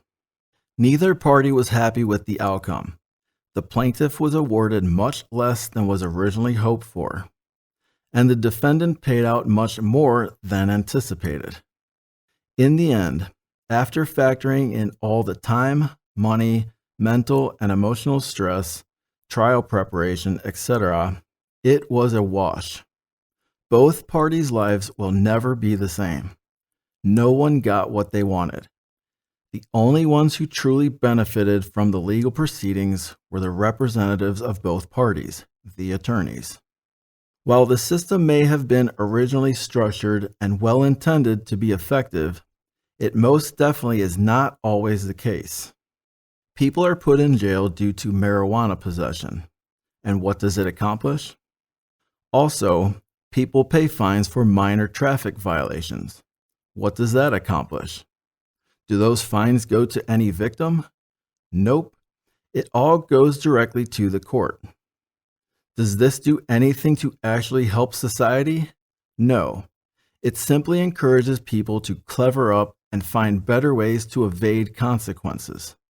It only aggravates people, encourages resentment, and makes those operating the legal system richer.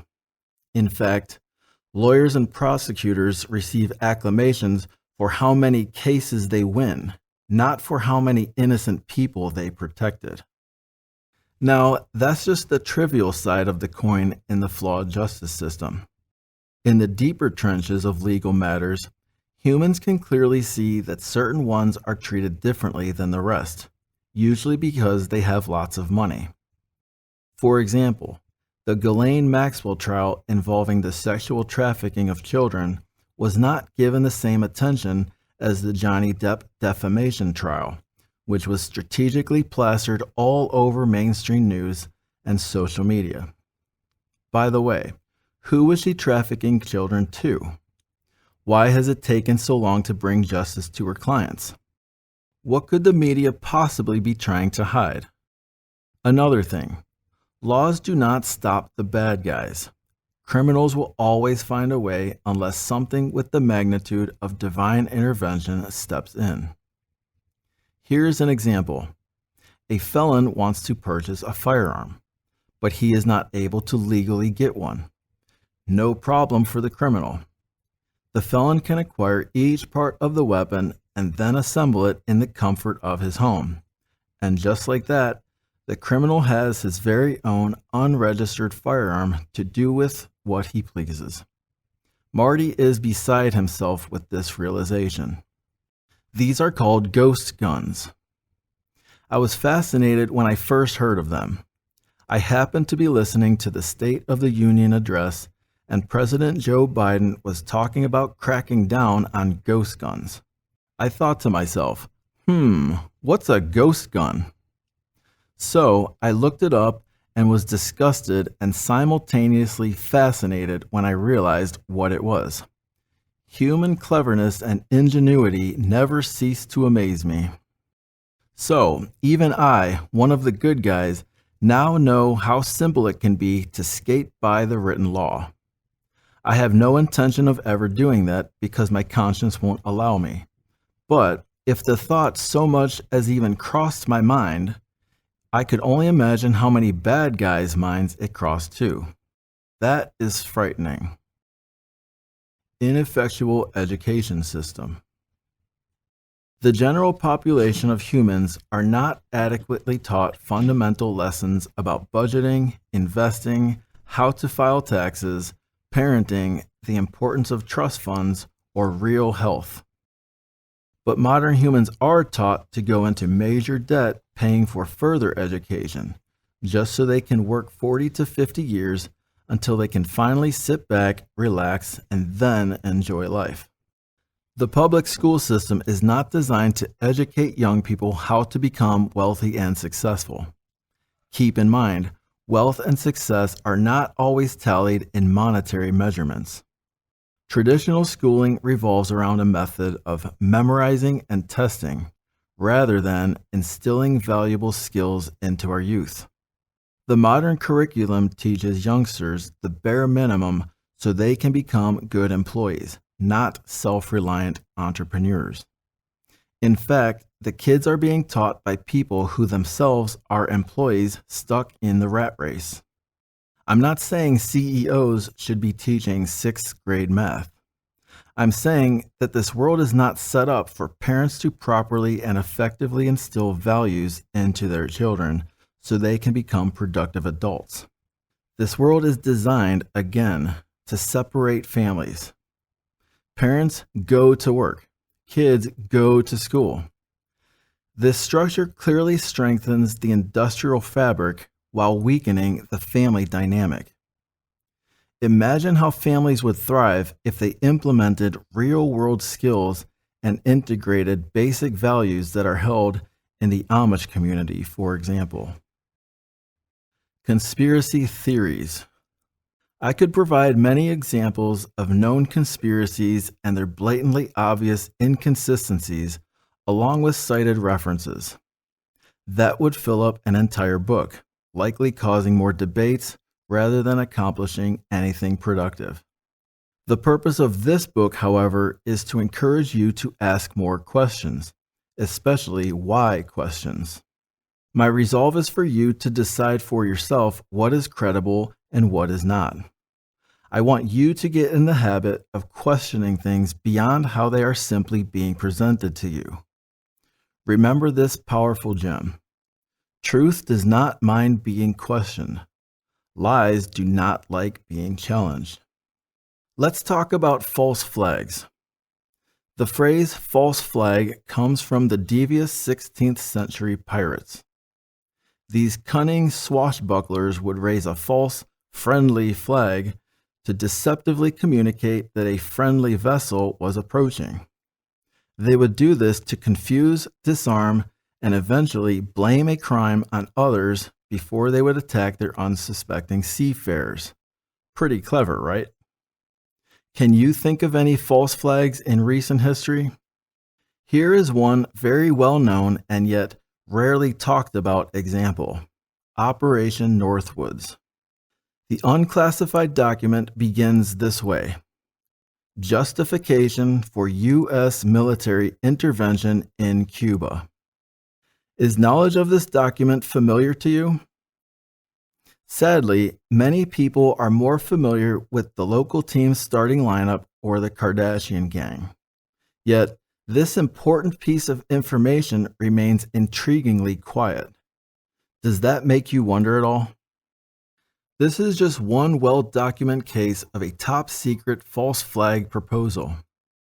It was discovered and unclassified thanks to the due diligence of the John F. Kennedy Assassination Records Review Board.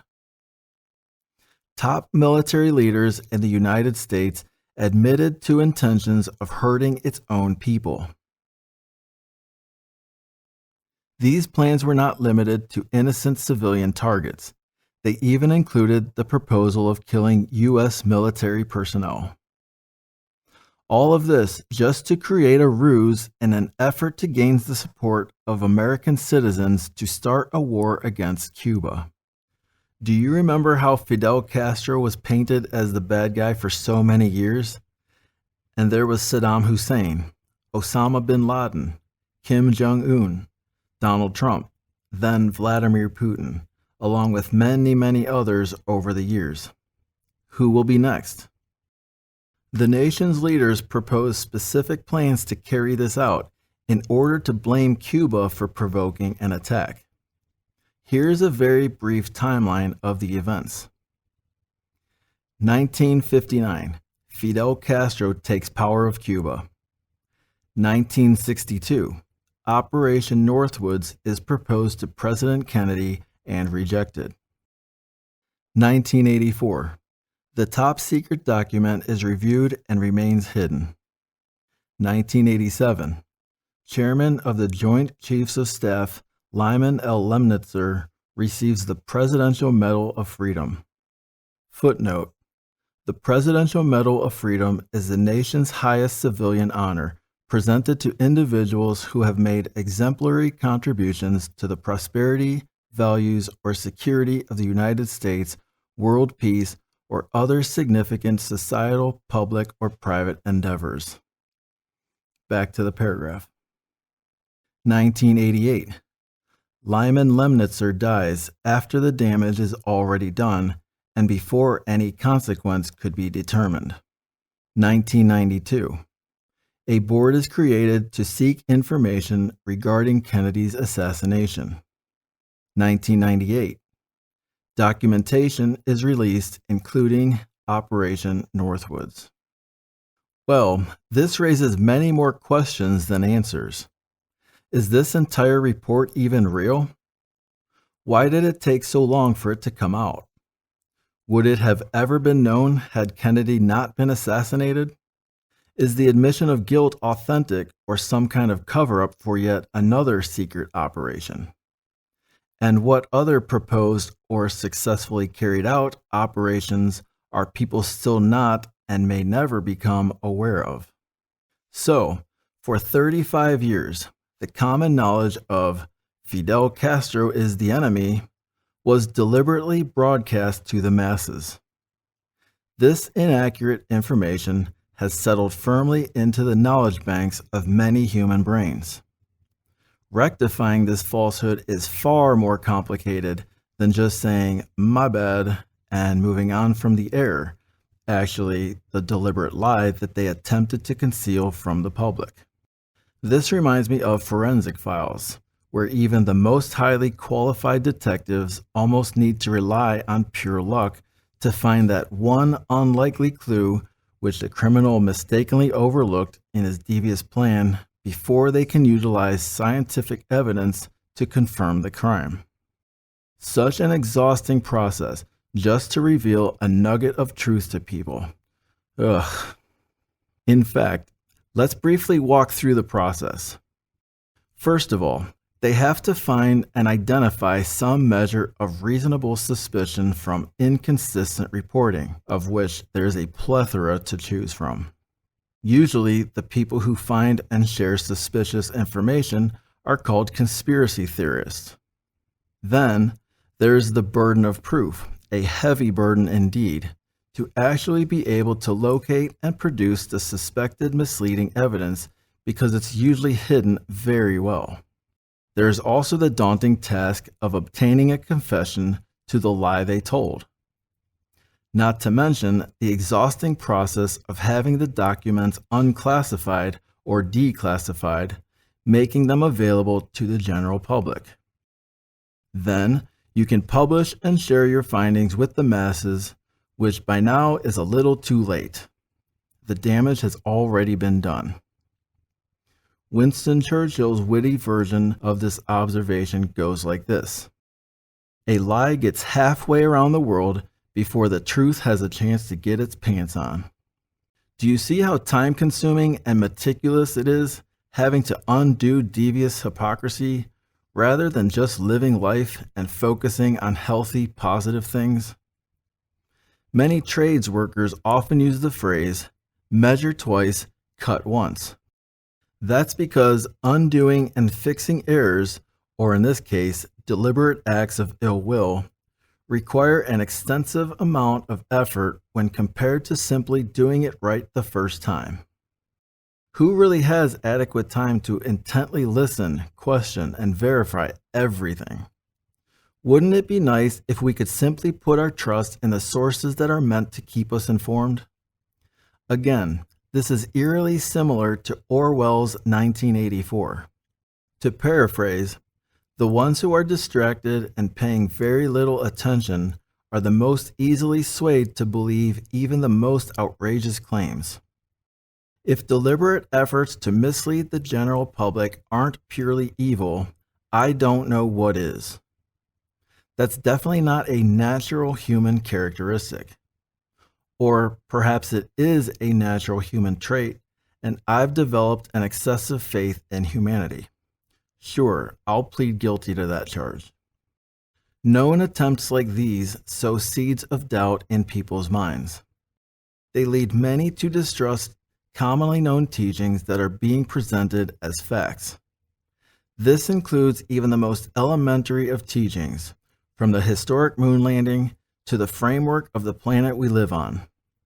At this point, I'm struggling to even make eye contact with Marty as I say once again with complete embarrassment, welcome to Earth. When confirmed deceptions such as Operation Northwoods, MKUltra, and the Tuskegee Airmen become revealed, how can people truly accept the authenticity of the next story? Do you really blame people for questioning other major documented historical events when there are clearly significant inconsistencies in the reports? For example, September 11th, the assassination of John F. Kennedy, the sinking of the Titanic, the Vietnam War, the Irish potato famine, and the CIA Contra crack controversy. Since propaganda is being widely broadcast by the straight-faced media, how eager are you really to simply accept every single news report at face value?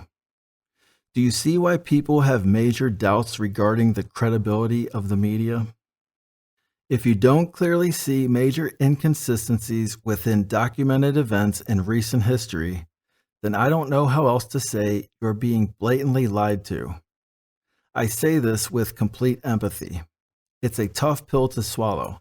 It's embarrassing. I don't like being fooled by someone who I am supposed to trust in a position of leadership.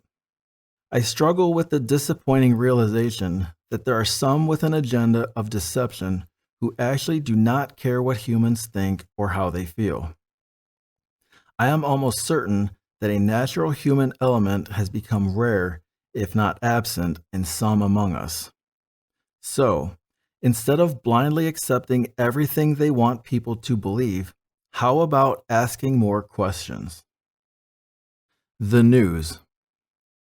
That leads right into the next topic, the news. Have you heard this before? No news is good news. It'd be nice if it was all good news. For some reason, that phrase seems to bring me an inner sense of peace. However, doesn't it seem a little odd that news sources typically only want to report or broadcast something when it's bad or negative? So, why not broadcast the positive stuff more and bring less attention to the negative? I realize the practicality of informing the public of traffic jams, inclement weather, criminal activity, etc. But the concept is still valid. Why is our attention so easily focused on all the negative stories over the positive ones? The media industry has been so well established that at designated times throughout the day, people will sit in expectation, eager to hear what recent bad stuff has happened. To paraphrase comedian Chris Porter, just once I want to turn on the news and hear them say, "Frickin' nothing." Here's something you've probably heard a few times. Up next, important news you need to hear right now, after a word from our sponsors, or when we come back from this commercial break. Well then, I suppose it wasn't nearly as urgent as they wanted me to believe it was. It sounds like the media folks just want people to stay cozied up next to the TV in their cradles so people can consume their next advertisement, telling people to ask your doctor if this pill is right for you. By the way, very slick method of urging people to sell products to their family physician. If only we could spread healthier options so smoothly. Has it become clear enough to you by now that the news has two major advantages: a massive platform and giant grenades, and they lob them into crowds of unsuspecting people? Yes, the outside forces working diligently to divide society has become clear for all to see, and any efforts to conceal the truth have become almost non-existent. Once the pin has been pulled, those talking heads can walk away safely and simply watch as humans fight amongst themselves. Ask yourself these simple questions. Do you feel like everything in the world has been told to you accurately? How confident are you that what you are being told is in your best interests? The news obviously contains a reasonable amount of truth to maintain a measure of credibility to the public. The majority of what is reported can be verified as factual. I'm okay with that. I like facts. What I'm not okay with is the teeny tiny percentage that is sneaked in with the intention of manipulating the general public. Over time, humans have become dependent on the news to stay informed of reliable and accurate information. But now, the media is clearly exposed and people can see how they're able to slip in any sort of distracting story they choose because of the trust they have already gained from the general population. They are now capable of creating any headline they like, anything from a Cuban Missile Crisis to a spy balloon from China, and they've successfully captured the public's attention, whether people believe it's true or not. The initial knee-jerk response is to believe it. That is, until we eventually open our eyes and see it for what it really is, just another thing to distract humans from something else. So, next time you see an odd and unusual news event, ask yourself, what are they trying to hide? Or what are they trying to distract us from?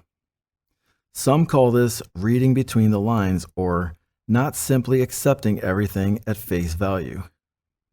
You may not get an answer to that question, but you will start viewing their information with a new perspective that will stir up less of your emotional energy and perhaps even lower your blood pressure a bit.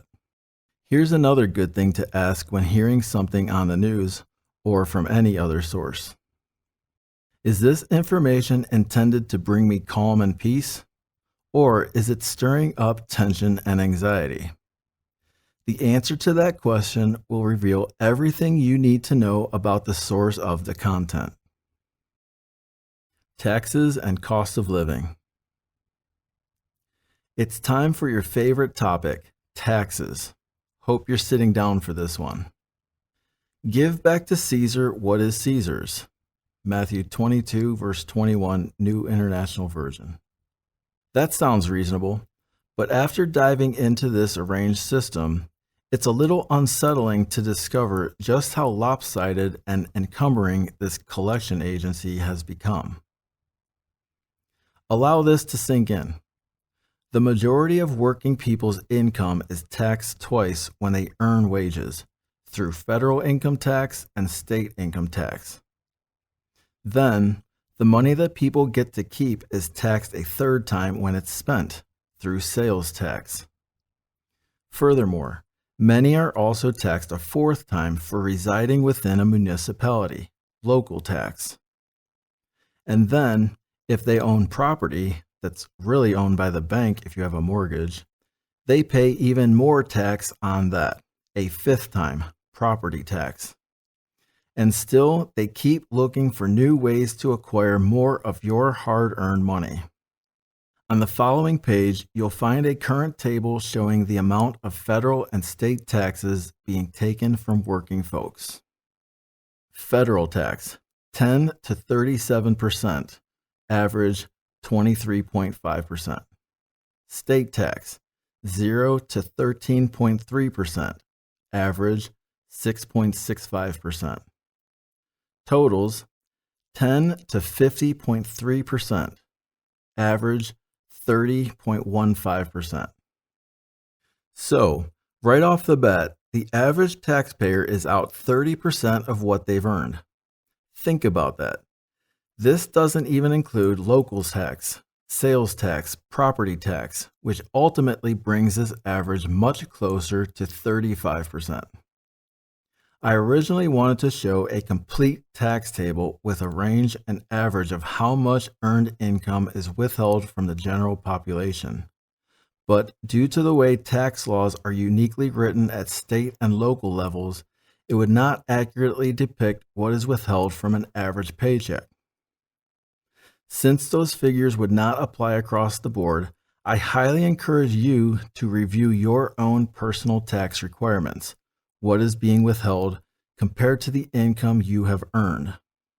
So, on average, people are required to pay back at least 35% of their earned salary just in taxes alone. To put that in perspective, say you work a full-time job making $100 per hour.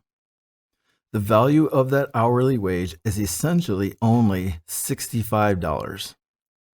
The government takes 35 of those dollars that you earned, and you get to keep a measly $65 to spend on goods and services for yourself and your family.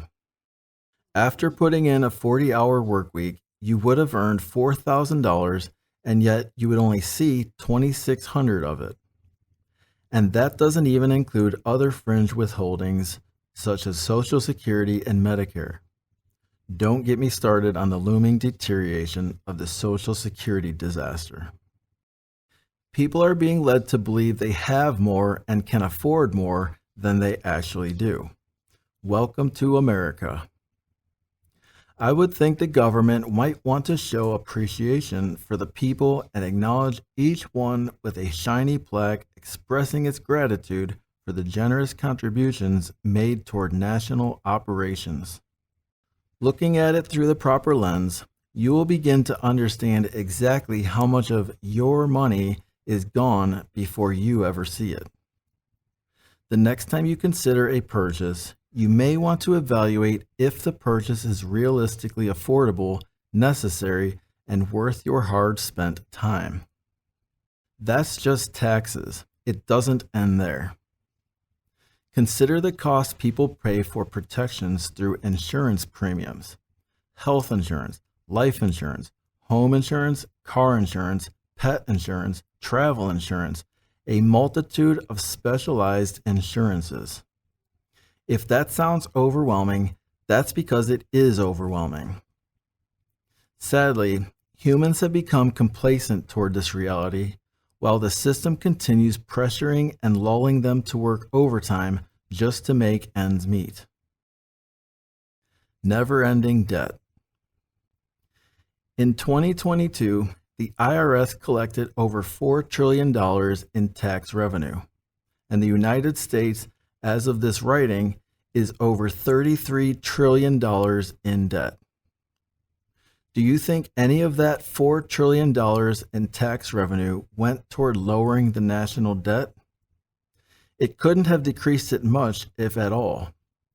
The government is taking far less than they are spending, and the amount they are taking is clearly absurd. Do you see a problem here? You might be asking yourself, why are they taking so much money from their citizens when they clearly aren't sufficiently fit to manage their own debt? And couldn't the government simply print more money if they wanted to? Great question. The short answer is yes, they can, and they do. And when they do, it only weakens the dollar unless it is bonded, backed, or guaranteed that the new debt will be paid off with future employable jobs to define its value. I suppose I could understand how a nation of such proportion and complexity would be a few billion dollars in debt. That would make some sense because the leaders are not exactly the savviest when it comes to spending money wisely. But we're talking about trillions of dollars here. Trillions.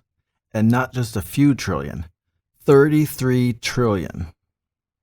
So, not only is the government taking a profane amount of money from the general public, but they continue tacking on to the never-ending debt which will likely never be repaid. When people request loans for a car or home, or even a credit card, they need to meet certain criteria before being approved by a bank for the transaction to go through.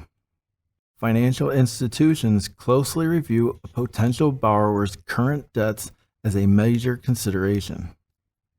So, how is it that the government is able to continually get approved for additional funding, even more debt that will also likely never be repaid?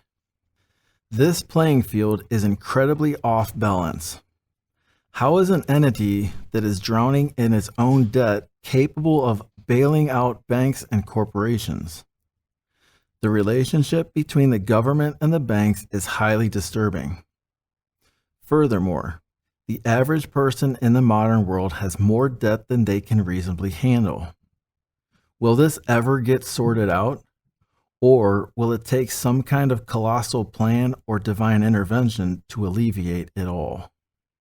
Disproportionate taxes, the burdensome cost of living, and the growing mountain of debt continue to widen the gap between the citizens and the ones who are running the show. It's absolutely insane, and it continues getting worse.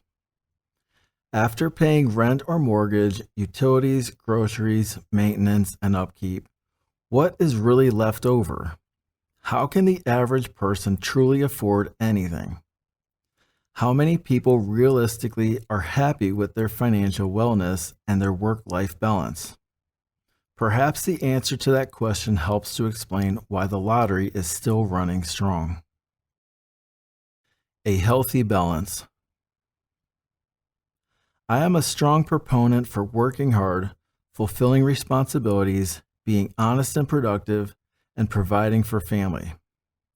But what really confounds me is the overwhelming imbalance where some are living in excessive luxury while others are struggling in poverty.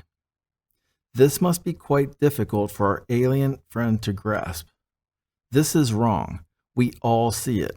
We all know it. The Pledge of Allegiance says, with liberty, freedom from oppressive restrictions, for all. Do you believe the government genuinely holds itself to this clear and simple concept? Do you believe it honors and reciprocates toward the citizens the same way people have demonstrated heartfelt loyalty to their nation? If this perspective on tax, debt, and the cost of living doesn't upset you, inspire you to explore significant changes, or motivate you to take action, I'm pretty sure nothing will. Until you recognize your own capable, powerful, intelligent nature and start making practical, mindful changes in your routine, you will aimlessly continue in a thoughtless pattern until one day you eventually die.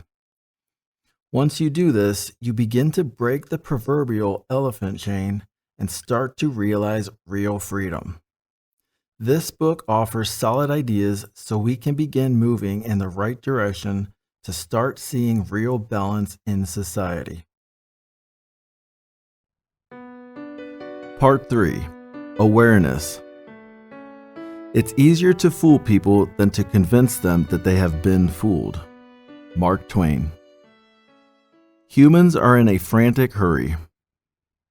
Now that the shenanigans are out of the way, your eyes and mind have begun to open, making you ready to process the reality in this modern world.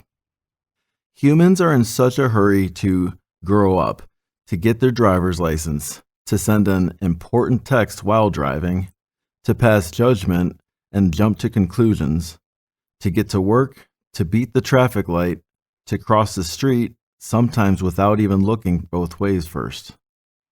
The next time you go to the grocery store, pay attention to how often people walk directly from the store and straight to their car without ever looking or caring if there is a car headed toward them.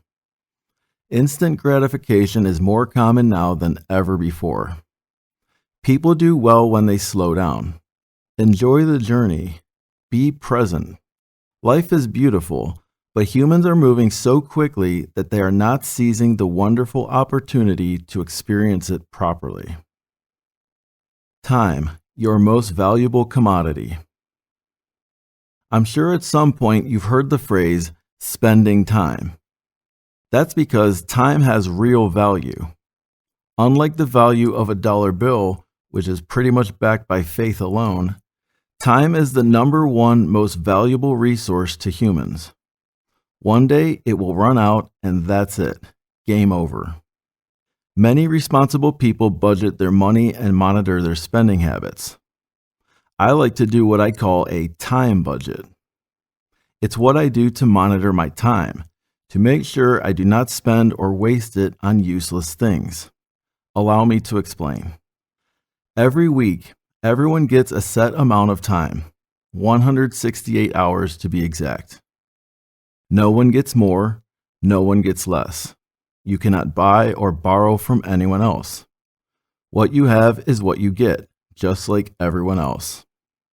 So how do you spend that precious time? Let's take a look at a realistic modern schedule. The time budget. Sleep, 56 hours. Full-time job, 40 hours. Commute, 5 hours. Time to unwind, 2.5 hours. Personal hygiene, 7 hours. Regular exercise, 4 hours. Meal preparation, 5 hours. Housekeeping and yard work, 3 hours. TV and screen time, 14 hours. Footnote: some sources say people are spending as much as 35 hours of screen time each week. The 7 Habits of Highly Effective People by Stephen R. Covey. This realistic modern schedule already consumes over 136 hours of your precious time. Just over 31 hours remain. What do you do with that time? Time with kids, 14 hours. Time with friends, 2 hours. Time with family, 2 hours. Time for your hobby, 3.5 hours. Work an extra shift, 9 hours. This model of a modern schedule seizes a total of 167 hours, leaving just 1 hour of the most valuable commodity to spare. That's 1 hour to play video games, go to a place of worship, walk your dog, read a book, or do something else you find interesting. What does your time budget look like? Do you feel like you spend adequate time with the people and things you care about most? If so, you have been extraordinarily blessed. You are one of the rare fortunate ones, and I'm sincerely happy for you. For the rest, that remaining hour is incredibly precious. And that doesn't include all the driving required to take your kids to soccer practice, or the time spent shopping for groceries and home supplies, or going to doctor appointments that you may have to squeeze into your busy schedule. You might occasionally have to sacrifice some of your precious sleep time to facilitate these responsibilities. It would be a shame to waste your time on insignificant things like arguing with strangers on the internet, playing games on your phone, following a sports team, sitting in rush hour traffic, waiting on hold with a credit card company, anything unproductive. Human needs. There is a general rule of 3 regarding basic physical human needs. A human can typically survive without oxygen for 3 minutes, without water for 3 days, without food for 3 weeks. Of course, all of these numbers are generally speaking. They can and have been broken in extreme cases. Oxygen is not a critical concern right now, at least not pertinent to the message in this particular book.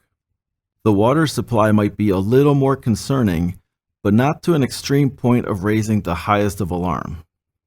Now the food, that's where the real concern is. Are people really able to choose what they eat? Or are their choices limited to a very few specific items that are put in front of them? For example, the most prevalent food source is fast food. These eateries are known to offer the lowest quality, least healthy foods available. Additionally, generally speaking, inside your local grocery store. If it's in a package, it probably contains something that your body does not need or want. Further, the added sugar in many foods is becoming atrocious. I say added sugar because foods like strawberries and apples provide humans with all the sugar required for reasonable health. Human bodies do not require added sugar. And what's the reason for all the added sugar? Because it's highly addicting. This added sugar, not to mention the ultra-processed and excessively chemicalized food options, leads to obesity, cancer, tooth decay, diabetes, etc. Nothing beneficial to humans. People really cannot trust what's in the general supply of food anymore. That concerns me deeply. The vast majority of consumable options to choose from are overly regulated. Pretty much, if you don't grow it on your own or process it yourself, then you really can't be certain what you're eating is real food. That begs an additional probing question. Is there already some tampering occurring with the water supply that people are not fully aware of yet? Many are aware that the public water systems have been fluoridated, allegedly for dental health. So, if the water supply can be adjusted or altered, then what else has been tampered with? Or, what else will be tampered with next? It seems to me that they could be capable of much worse. Keep in mind, the concern for food does not end with what's in our food. It also includes the supply, how much food is available. Do you think that could be something that those in control might meddle with as well?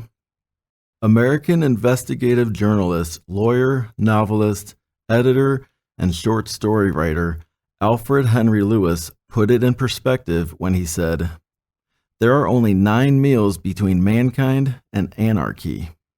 I certainly hope things don't ever go that far." My whole point in this section is that humans have specific vulnerabilities, making them essentially defenseless against those who hold the power in regulating these 3 basic needs. And people are so wrapped up in other functions in life that they simply have to accept whatever is made available to them. It almost sounds like the same way animals are treated in a zoo. On the next few pages, I will present 3 lists of traits pertinent to the design and makeup of human beings. Barring some sort of external interference, these items would hold true for humans to attain. Everybody wants. Here are some basic desires that are hardwired into humans: comfort, pleasure, wellness, health, love, acceptance, attention, unity, peace, orderliness, sharing, happiness, growth, progress, privacy, protection, safety, financial security, food, clean water, reasonable housing, social community, independence, leisure time, education, purpose, adequacy, worship, success. Some readers may respond, "I know someone who definitely does not want peace or unity." I appreciate how it could appear that way, and I respectfully disagree. There is no inherent trait in a person to not want peace. I accept the possibility that I might choose to see the good in people to a fault, and I view those traits to be learned or conditioned ideas, or likely the product of some kind of abnormality. Nobody wants. Here's a list of things that are not naturally programmed into humans: struggle, poverty, unhealthiness, hate, rejection, neglect, division, war, chaos, withholding, things being withheld from them, stagnation, depression. Some crave even more. And finally, here's a list of unhealthy urges that consume and overtake some: fame, fortune, glory, abundance, control, power. After considering these lists, is it clear that if it weren't for some kind of interference, those excessive cravings, if you will, the entire wants could be possible for all to attain? Without those excessive cravings that have created the unhealthy imbalance in society, no one would truly have to experience any of those unwanted things either. I firmly believe this in the deepest part of my soul. So then, what exactly is hindering this from becoming a reality? Perhaps you can think of 100 things that stand in the way. However, I can think of about 8 billion reasons why we can make this happen. Couldn't we all work together and achieve this on the planet we call home? Then we could proudly proclaim to other life forms like Marty that humans have made a breakthrough and have figured out the secret of true health, wealth, love, and happiness as a species. The code has been unlocked. Humans have leveled up. Yes, I realize this is a tall order, that my message skews fantastical and could be dismissed as being completely unattainable. I am bold enough to say that I have chosen to make the change now, to start making a difference. It starts with 1, then 2, then 3 and 4. I believe that we can completely overcome destructive influences by taking productive actions. Coming up, I will expound on the ways to cleanse yourself of the distractions that are preventing this from becoming a reality. How did we get here? There is one reasonable explanation to clarify why life is such a struggle. Someone or something is clearly working hard to distract humans from what is most important: relationships. With family, with friends, with neighbors, with a supreme being, with food, with health, with nature, with the animal kingdom, and yes, the relationship with money. Humans naturally thrive through reliance on each other. Some energy around us has people convinced they are more connected than ever before. But humans are severely disconnected, mostly due to an overwhelming abundance of technology. All the shenanigans I mentioned in Part 2 may seem very small and insignificant. Individually, each one may appear to be nothing more than first world problems. But it's deeper than that. Cumulatively, all of these things, the many forms of distractions and divisions, work together for a massive purpose, or should I say, method. Many people today are overworked, underpaid, overstressed, irritable, badly nourished, either under or overweight, sleep deprived, and distracted by unimportant things. Raise your hand if you feel well rested every day you wake up. I'm not seeing very many hands. That is a problem. With all the genetically modified and ultra-processed foods, or industrially produced edible substances, as Fernando Robert would say, according to ultra-processed people, containing high fructose corn syrup, caffeine, alcohol, nicotine, etc., that people have already consumed, is there really hope for any significant recovery? Too many are obsessed with a perceived need for agreement and/or being right, thinking, if we don't agree, then we can't be friends. Rather than choosing to engage in effective communication with each other, many are quick to write people off simply because they do not share the same viewpoint. This kind of thinking is becoming much more prevalent as time goes on. It's almost as if some sort of external influence is desperately trying to apply more pressure to divide humans and making little effort trying to conceal their underlying intentions. The imbalance in this world has become incredible. Things can definitely be spread out more evenly, as I mentioned earlier. And no, I do not believe in the Robin Hood concept of simply taking from the rich and giving to the poor.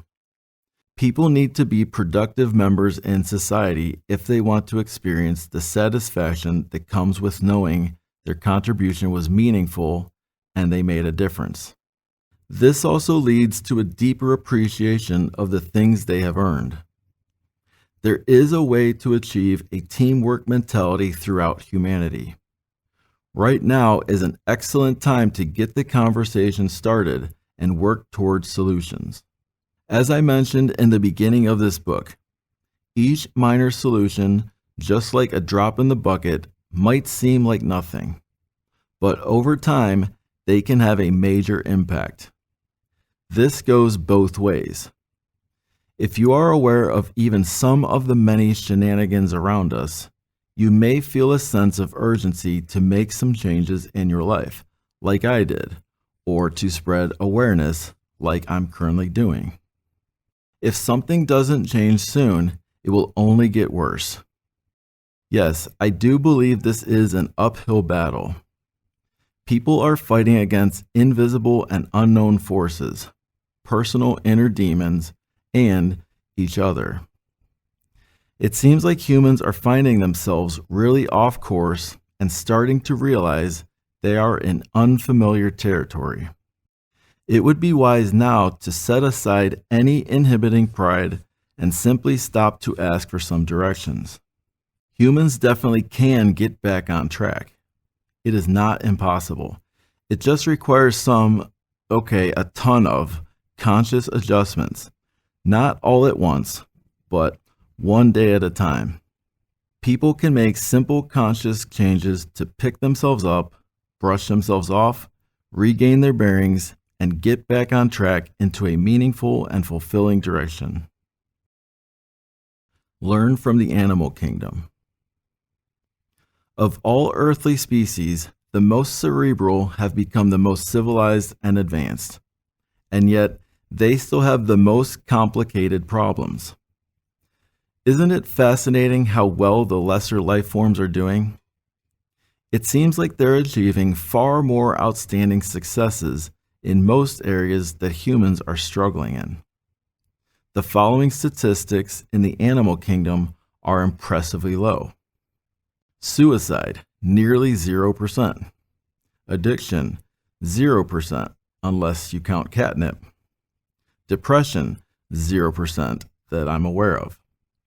Medical expenses, 0%. Broken families, 0%. Divorce, 0%. Cost of living, 0%. Crime.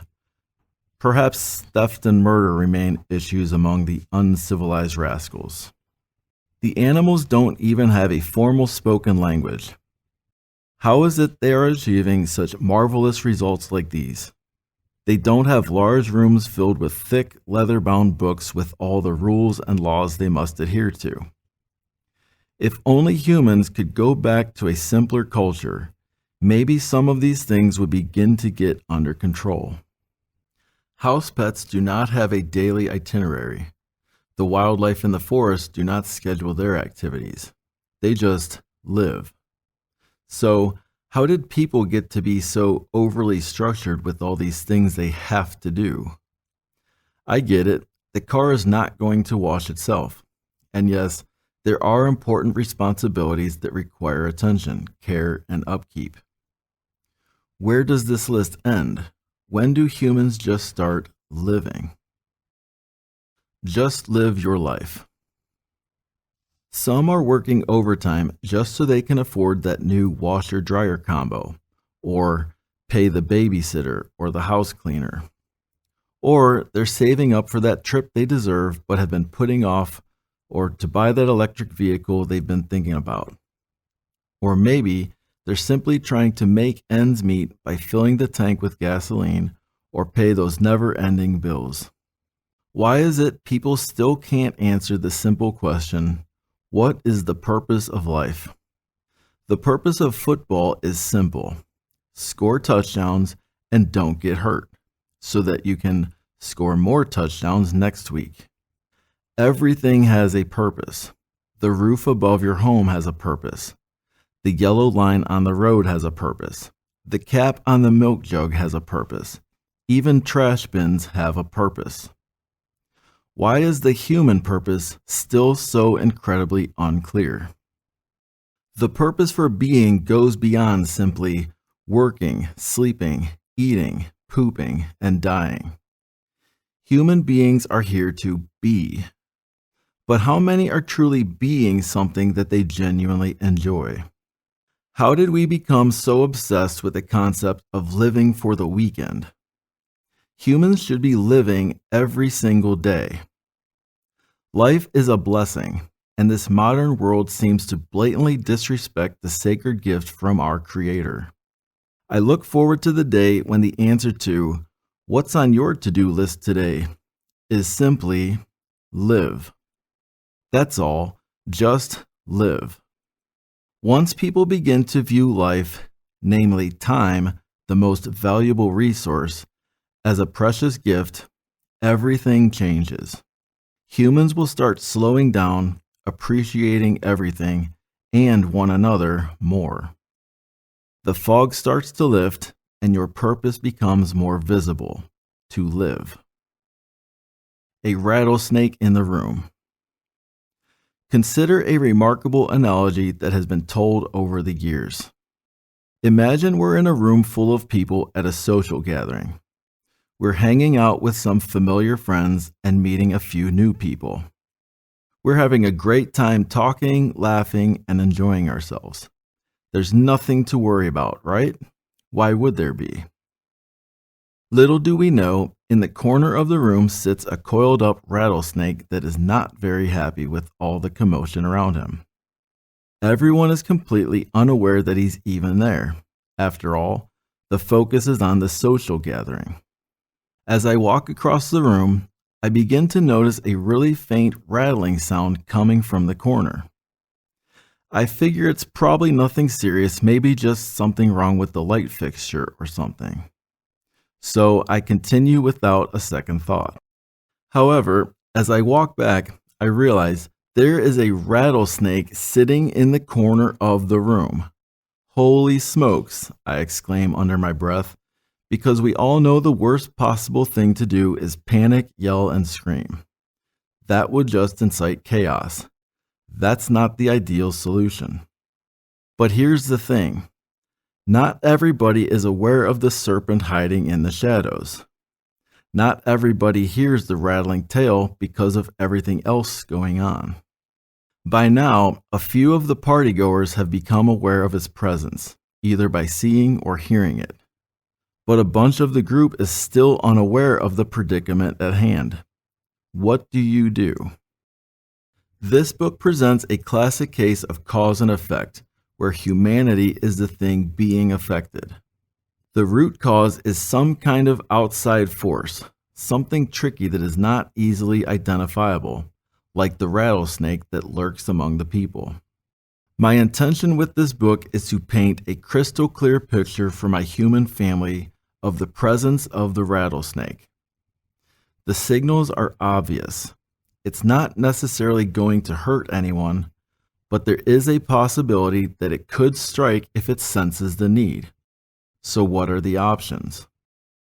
If I say nothing and go about my business, then I would be essentially guilty of not informing the group. Not cool. I couldn't have that on my conscience.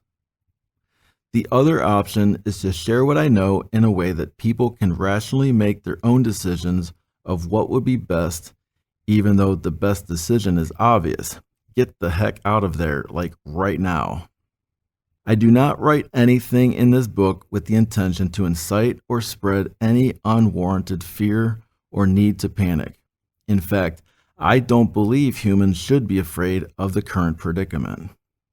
Anyone who knows me is aware that I have a de-escalating effect on tense situations.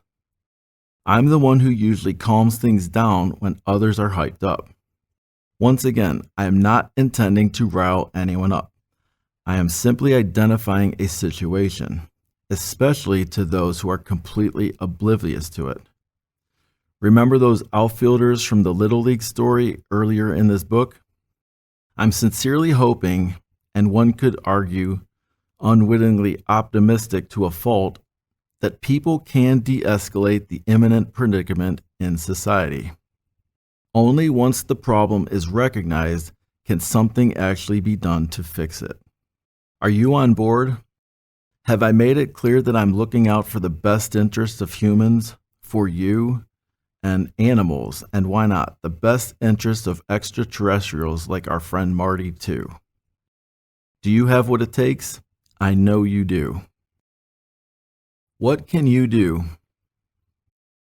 Humans root for their own kind on small scales. How do I mean? People cheer for their school, their city, their family, their home team, their country, their political stance, their religious views, etc. People support their own kind on a small scale when they proudly display T-shirts saying, "I love my city," sweaters embroidered with their family crest, ball caps with their beloved team's logo, hoodies of the school they attended, jewelry symbolizing their spiritual views, lapel pins representing their born nationality, stickers aligning with their political stance. I ask, why don't people cheer for their own kind on a larger scale? I mean, really support their own kind, their entire kind, no matter where they were born, how old they are, their current financial or social status, their skin color, or their personally held beliefs. When do humans stop and root for the human race? Humans still seem to struggle with the concept of, can't we all just get along? And even, all we need is love. Imagine if people spent more of their invaluable time and energy focusing on things that actually matter. For instance, family, health, their communities, compassion, forgiveness, and the leisure of simply being. After listening to this audiobook, what are you going to do? Turn it off and say, wow, this Steve guy has some really interesting and well thought out perspectives. Time to go watch Game of Thrones. Or will you begin making some changes? Here are the options. Passive. Sit back, do nothing, try to enjoy whatever you can, and eventually die. Aggressive. Resist the corrupt authorities and brutally take control of what you want. Assertive. Individually look in the mirror, start making productive life changes, and intentionally correct some of the things that are currently in your control. I am definitely not choosing the passive option anymore. And aggressive really isn't my style. It might work for some, but I'll save the aggressive approach as a last-ditch effort after all the other options have been exhausted. I am choosing the assertive option. Remember, there's no pressure to change everything all at once. If you change just one habit each month for 12 months, you can change 12 habits in a year. That's pretty significant when you look at it that way. Take it one day at a time. Slow and steady wins the race. Everyone can win. All of us. Marty is pulling for us. Throughout this book, I have laid the foundation of my observations and my sincere intentions to promote peace and unity among fellow humans. I've pulled back the curtain, revealing many shenanigans that are impeding the productivity of modern society. I've also drawn awareness to the current situation where you can decide if you would like to do something about it. Are you ready for some productive techniques? Ways that you can regain control in your life? In this next and final part of the book, I've created a strategic plan containing 12 solutions that will help humankind get back on track. Part 4. Solution. All journeys begin with the first step, unknown. Embracing real freedom. This is the part where you can turn conscious recognition into action, the part where you and I can make a true difference. The underbelly of the uphill battle against the human race has been clearly exposed. Here are 12 practical things you can do as an individual, and maybe one day collectively as humans, to regain control of your life, experience real freedom, and essentially make this world a much more joyous place. There's a simplified version at the end of this book on page 146 for those of you who like short, concise lists. These solutions are structured in a particular order to create the most effective and significant impact. You may adjust it as you like. I want to remind you that none of the solutions here are earth-shattering. These are simple, basic, fundamental things we can achieve so we can form a solid foundation on which we can build. We need to start with baby steps to lead us in the right direction. This is the blueprint that will guide humankind toward a healthy and productive society. Once we are able to successfully achieve these simple yet effective steps, we will be able to tackle more comprehensive solutions. In other words, we need to demonstrate our ability to walk steadily before we attempt running. Remember, if you take care of the small things, the big things usually have a way of taking care of themselves. I'm willing to implement these techniques. Are you willing to make the effort with me? Great, let's do this. Phase 1. Digital Cleanse. Reduce your screen time. Put your phone and tablet down. Unplug the TV and your video game system. I'm not suggesting that you toss all your devices into a river. After all, they do serve a useful purpose. In fact, you are probably listening to this audiobook on an electronic device. At least make the effort to intentionally reduce your daily usage of electronics and screen time. The harm they are causing is surpassing all the conveniences they provide. Feel free to keep track of how much screen time you actually spend each day. Don't just look at your phone's weekly update to inform you how much time you're spending. Actually track it on paper, including every time you check to see what time it is on your phone for 3 seconds. You might contend, well, if I stopped and kept track of every single time I just look at my phone, I wouldn't get anything done. See what I mean? Eye-opening, isn't it? Once you begin to realize how much time you actually waste on moving video screens, you'll start to question why and how. Time is definitely the most valuable commodity humans have, and electronic devices are the biggest time suck in this modern world. The evil forces love how efficiently and effectively it distracts people from important things. Why? People are told that this cutting-edge technology is designed to make everything easier for humans, but it actually causes more distractions and makes people less intelligent. When you reduce your digital overload from excessive screen time, it will lead to less distraction, better focus, better sleep, relief from negativity, more productivity. This is number 1 on this list because it will free you from the most dominant distraction in society today. Once screen time is under control, you begin breaking your elephant chain and are closer to embracing true freedom. Turn off the news. Turn off the news and commercials. This almost goes hand in hand with number 1, since the source of news is primarily electronically based. I understand it may be difficult to untether yourself from your cherished handheld device, and that's okay.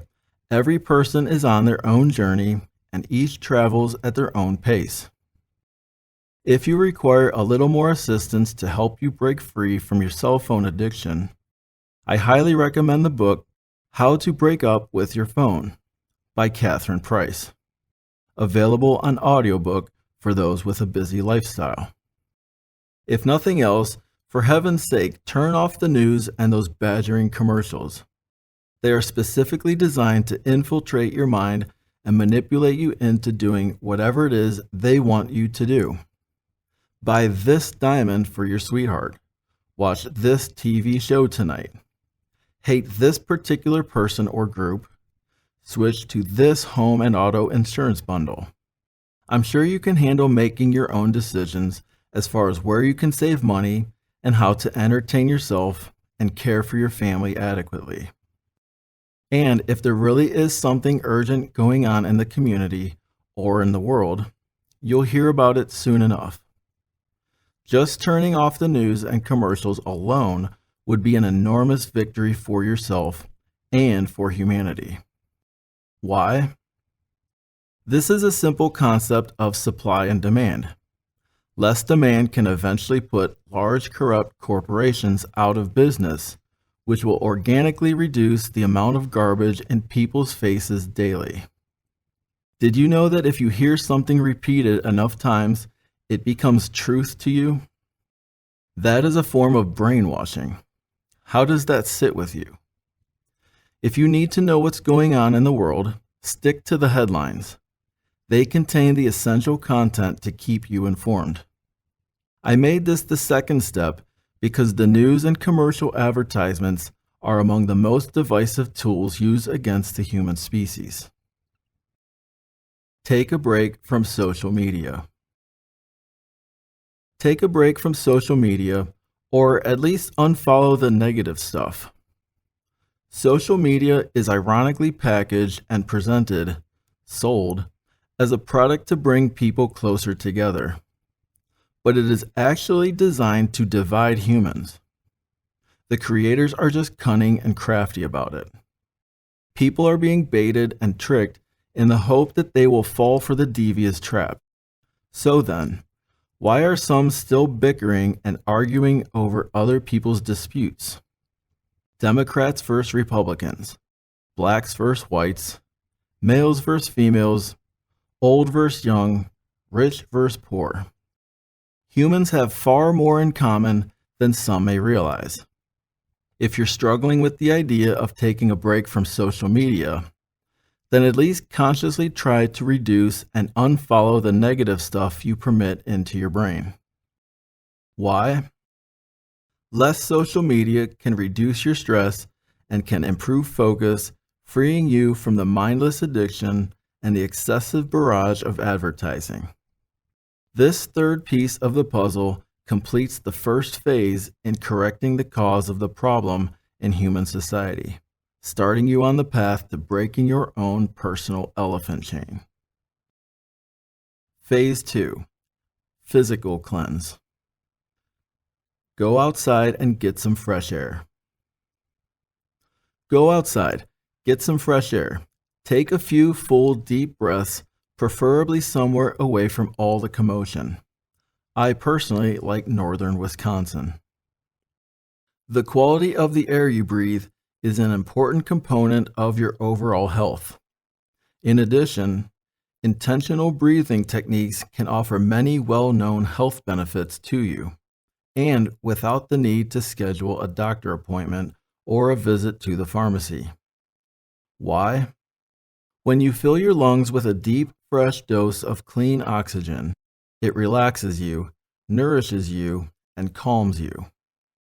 It's also good for relieving pain, improving immunity, lowering blood pressure, and increasing overall energy. This is what the world needs now more than ever. Just go outside and do this. You'll be glad you did. Prepare your own meals. Be mindful of your diet. Make it a priority. Your health is not the responsibility of the government. It's your responsibility. Take ownership for what you decide to put into your body, plain and simple. You only get one body. Eat according to your goals. Put in the effort that's required to make your body perform at its highest level. Your body is a complex machine just like a car. You wouldn't let your vehicle fall apart because you didn't make an effort to take proper care of it. Sadly, some people do, but this is a topic for another discussion. So why do that to your own wonderfully designed human body? Many health professionals agree that making changes in your diet can drastically improve your health without medication. For example, changing your diet has been proven to cure certain types of diabetes. Just eat real food. Maybe start by replacing one candy bar with an apple this week. Garbage in, garbage out. Imagine that. Additionally, since you have fewer distractions in your life, you now have more time to educate yourself on real food. Why? I know I didn't put this number 1, but this is where everything starts. This is where the dominoes of success begin to fall in order. When people put junk food inside their bodies, they feel sluggish, lazy, tired, unmotivated, and unambitious. Some often just want to sit on the couch and watch TV, which includes commercials and the news. Are you surprised by that? And then they put even more junk inside their bodies. How can anyone expect to want to do better for the day? Why bother getting off the couch? Why bother going to the gym? Again, this is where well-being and vitality begin. People's individual lives are shaped by the decisions they make. This is a productive way to get started on the path to success, take control of your life, and embrace true freedom. Health is wealth. Be more active. This one is not to be confused with step number 4, going outside and getting some fresh air. That step involves filling your lungs with a fresh dose of oxygen. It's meant to relax, nourish, and calm you down. But the physical exercise I'm referring to now is meant to invigorate you, to increase your heart rate, to stretch your muscles, to get your blood pumping efficiently to your entire body, and to keep your body moving. Be active. Go for a walk or a bike ride. Join a softball or volleyball league. Do some yoga or hit the weights at the gym. Whatever works for you. Human bodies are designed to move and be challenged. Sure, it might take a little effort to get motivated and over that initial hump. But once you've started, your body will thank you, and you'll be even more motivated to keep going the next day. It only gets easier the more consistent you are. You don't have to be great to start, but you do have to start to be great. This is one of the best ways to stay young. Another way is laughter, so make sure you don't take life too seriously. Why? This is basically part 2 of number 5, because it goes hand in hand with caring for your health. Actually, these two should probably be number 1 and number 2 on this list, because everything starts with your health. Nevertheless, I created this list in a particular order so that the dominoes would fall as smoothly as possible. I put the most significant, impactful, and effective ones first, because if you can't or don't reduce your oppression from digital devices 1 through 3, these next ones are probably going to be much more difficult to accomplish. This is an additional part of overall wellness. If you keep moving, you will feel better. Phase 3, Emotional Cleanse. If you've made it to Phase 3, congratulations. I am proud of you. Your fortitude does not go unnoticed. This world is designed to make these steps seem more challenging than they really are, and your commitment says a lot about your character. Talk to people. Talk to people. Chat up your neighbors, your family members, your friends, and even people outside your clique. Talk to the people you perceive as different from you. Engage more often. Have real conversations with real people. And instead of just talking to them, try actively listening to them and hearing what they have to say. Don't blindly accept everything the talking heads on TV want you to believe. You may be surprised to find out people don't hate each other as much as it's being portrayed. Why? It seems like people generally just don't like talking to each other anymore. I think it's a learned behavior from the pressures of everyday life. Having real conversations with each other will clear up many distorted preconceptions people have acquired over the years. Just imagine how society could improve with less digital interaction and more personal connection. Count your blessings. Intentionally seek out and acknowledge some of the many things that make you feel grateful. There is always something to be thankful for. I seriously wonder why humans don't naturally do this more often. I realize people tend to focus on the negatives, so some may have to work a little harder to express gratitude. But how hard would it be to take 2 to 5 minutes every day to reflect on all the good things that most take for granted? Here's a little exercise that helped me. Keep a journal called A Book of Gratitude. Write down all the things the Creator has given you and blessed you with. It could be as simple as, you woke up today. That is nothing short of a miracle that deserves, at the very least, a tip of your hat. See that? Yeah, this one's going to be easy. You just have to make sure you do it. Your book should fill up really fast. Why? If you focus on the positives, it can breed even more positivity. It's like a muscle you can train. Although some may feel naturally inclined to be negative, that doesn't mean they can't work to become more positive. Positive people take actions that bring on positive results. Once you have made progress and start seeing 1 or 2 positive results, it brings an inner peace that cannot be taken away. Pray for your enemies. Perhaps enemy may be an extreme word choice, but when was the last time you prayed for somebody who has wronged you? If you haven't tried it recently or ever, I recommend at least giving it a shot and allow yourself to experience what it does for you. You might be surprised by the result. And if praying isn't something you do, you can intellectually wish them well or send out good vibes. This is one of the toughest ones on this list, which is why I put it toward the end. But you're tougher than you think, so there's no doubt in my mind that you can handle it.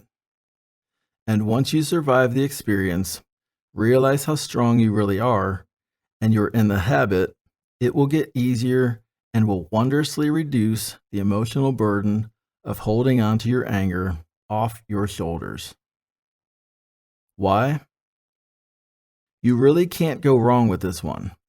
This brings deep inner peace for yourself, not necessarily for others. Wish people peace, calm, health, happiness, and contentment. It might just work and flow to others around them like a river full of hope and healing. When someone has wronged you, intentionally or not, the forgiveness, not an excuse for their behavior, but rather a prayer for their healing that you extend to them, is not for them. It is for you to make peace within yourself so you can move on. Whatever goes on with them and their life is between them, their conscience, and their Creator. Phase 4. Personal cleanse. Increase your tolerance. You've already started breaking out of your comfort zone. Let's keep it going. If you only take one thing away from this book, it's this. Give people the benefit of the doubt. You don't know all the details of what anyone is going through. So cut someone a little slack today, and tomorrow, and the next day, and keep doing it. This is my personal golden rule. Imagine if everyone consciously did this every single day. This whole world would be a better place.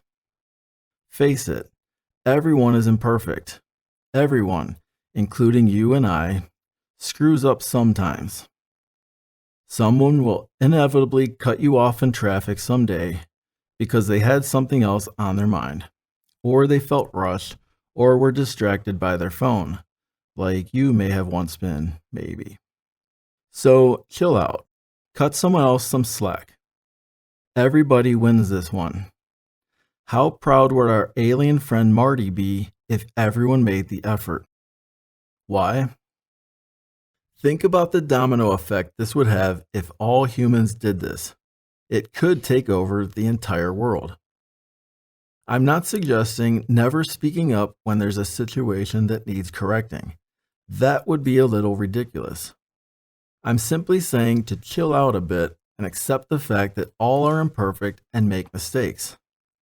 I'm sure you don't appreciate every single minor error you make being pointed out and thrown in your face.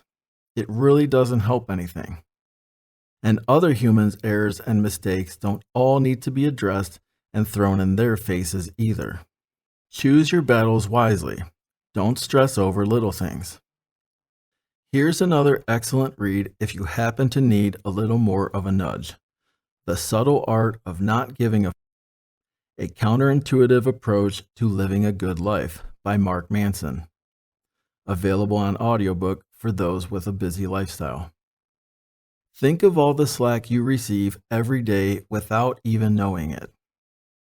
I heard somewhere before, freely forgive others just as you have also been freely forgiven. Don't be the weak link in this one. Just cut someone a little slack. Help someone who needs it. Many people out there who are less fortunate than you could really use some kind of assistance. I'm not talking about that person who consistently makes terrible decisions and screws up their life, whether intentionally or not. I'm talking about elderly neighbors or people who have been blindsided by life circumstances, people who could use a helping hand to get back on their feet, or to just get to the store or make it to an appointment. For example, a fatherless child, a paraplegic, or someone who just got dumped.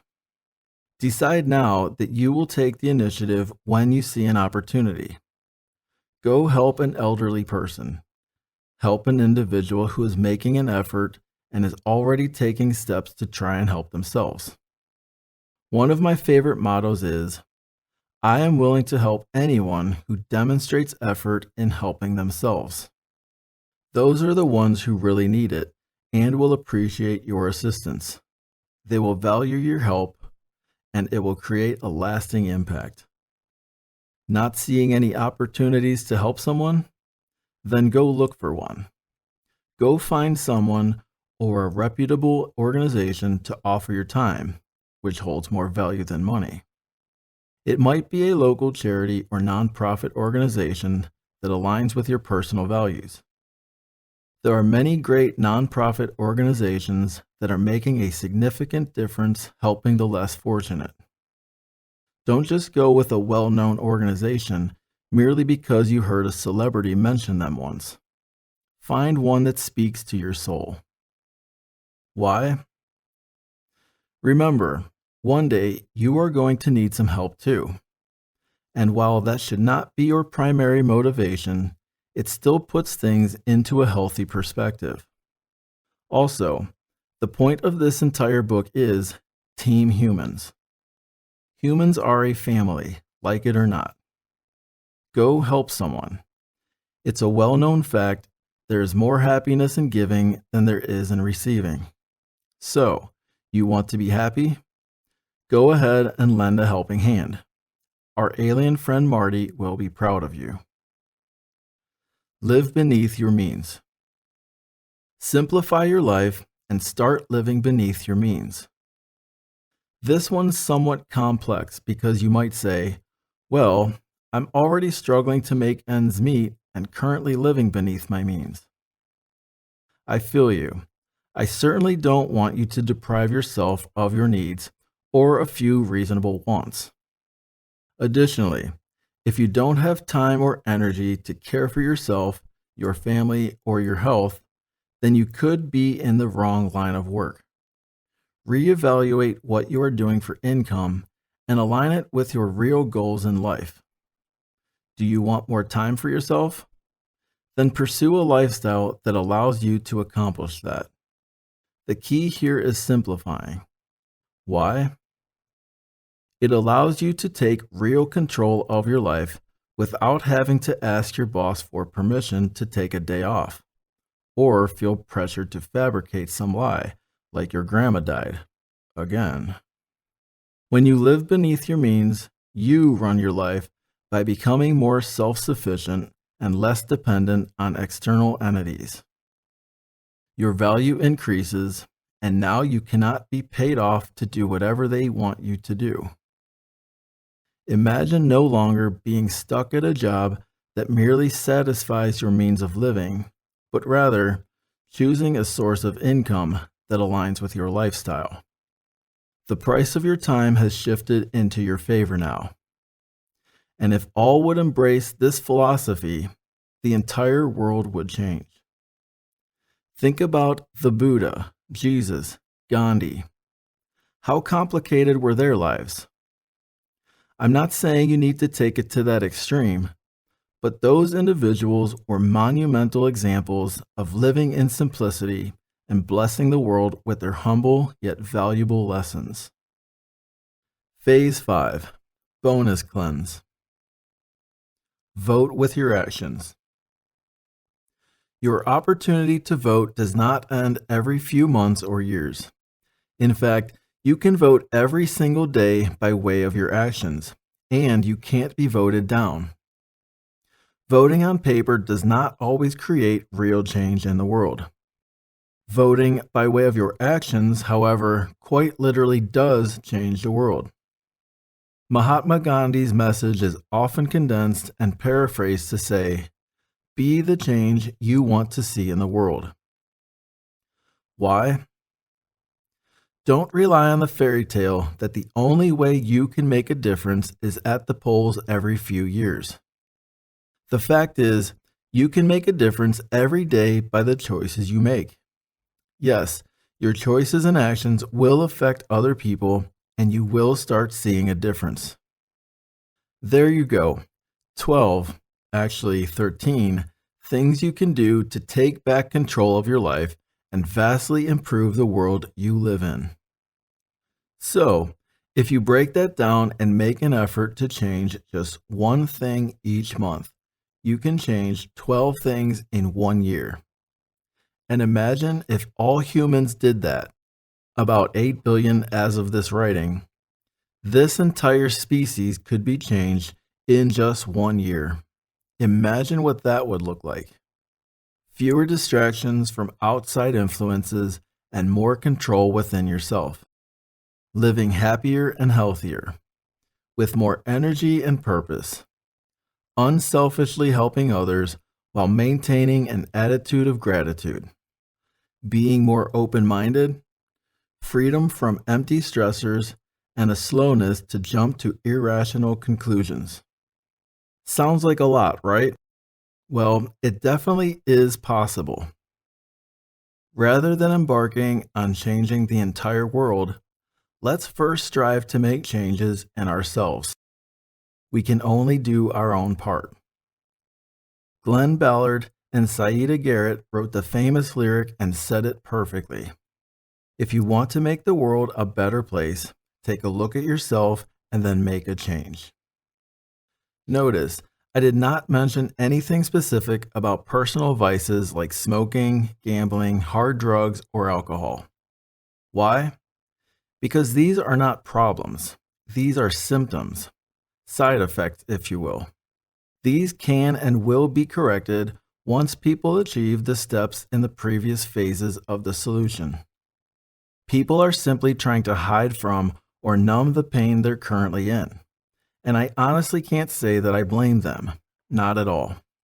These might currently be harmful addictions that are difficult for some to control. I'm not telling you how to live your life, but when you realize how wonderful this world can be, you might not need those crutches to help you get through the day so much. Think about it. Why would anyone want to escape if this world was already as wonderful as you could possibly imagine? People love finding ways to escape their pain simply as a coping mechanism to make it through or survive this exhausting and demanding life in the modern world. Once you have gained control of the root of the problem, you become less dependent on these vices and begin to take back real freedom. Also, imagine the many health problems that could become eradicated as a fringe benefit just by eating better foods, being more active, etc. Finding ways to reduce stress levels leads to significant improvements in overall health. You may already be in the habit of doing one or a few of these things already, and that's great. Try picking another one and remember, you're not trying to change these all at once. That could easily backfire. Just make an effort to tackle one new thing each month. Again, these do not necessarily need to be done in any specific order. But if you do them in order, you will see just how profound of a domino effect it could have. The domino effect. Okay, so let's line up these dominoes and see how they fall. Domino number 1. First, you are spending less time on your phone, tablet, TV, and video games, and now you're less distracted and able to pay more attention and are more alert to things that actually matter to you. Domino number 2. Then you turn off the news and commercials, which reduces your emotional attachment to any propaganda the talking heads are attempting to put into your head, which also happens to lower your blood pressure. Domino number 3. Now you have eliminated your negative social media addiction, which frees up your attention even more, encouraging you to spend more time doing the things you really care about and want to accomplish. Domino number 4. Now that you are getting outside into the fresh air, you're beginning to allow yourself to clear your mind and cleanse your body, making you more receptive to things that are important to you. Domino number 5. Now, combine that with a healthy, balanced diet, which gives you real energy and ambition without relying on unnecessary medications. Domino number 6. Along with some exercise that expands your lungs, gets your heart beating, while invigorating you just by moving around a little bit. Domino number 7. Likely, you'll actually want to talk to people more and have real interactions with others, which strengthens your community, which is what humans are all about. Did you notice the unity in community? Domino number 8. So how can you not count your blessings now that the fog has lifted and you can breathe more easily now that the tension has eased? Domino number 9. And now you have no qualms sending well wishes to those who may have wronged you, lifting any burden of holding a grudge. After all, you've likely wronged someone before, and hopefully they're listening to this audiobook too, and they might just cut you a little slack as well. Domino number 10.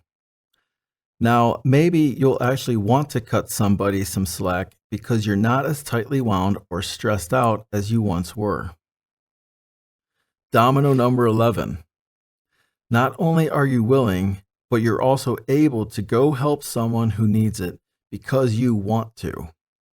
After all, this is a community and people take care of each other, right? Domino number 12.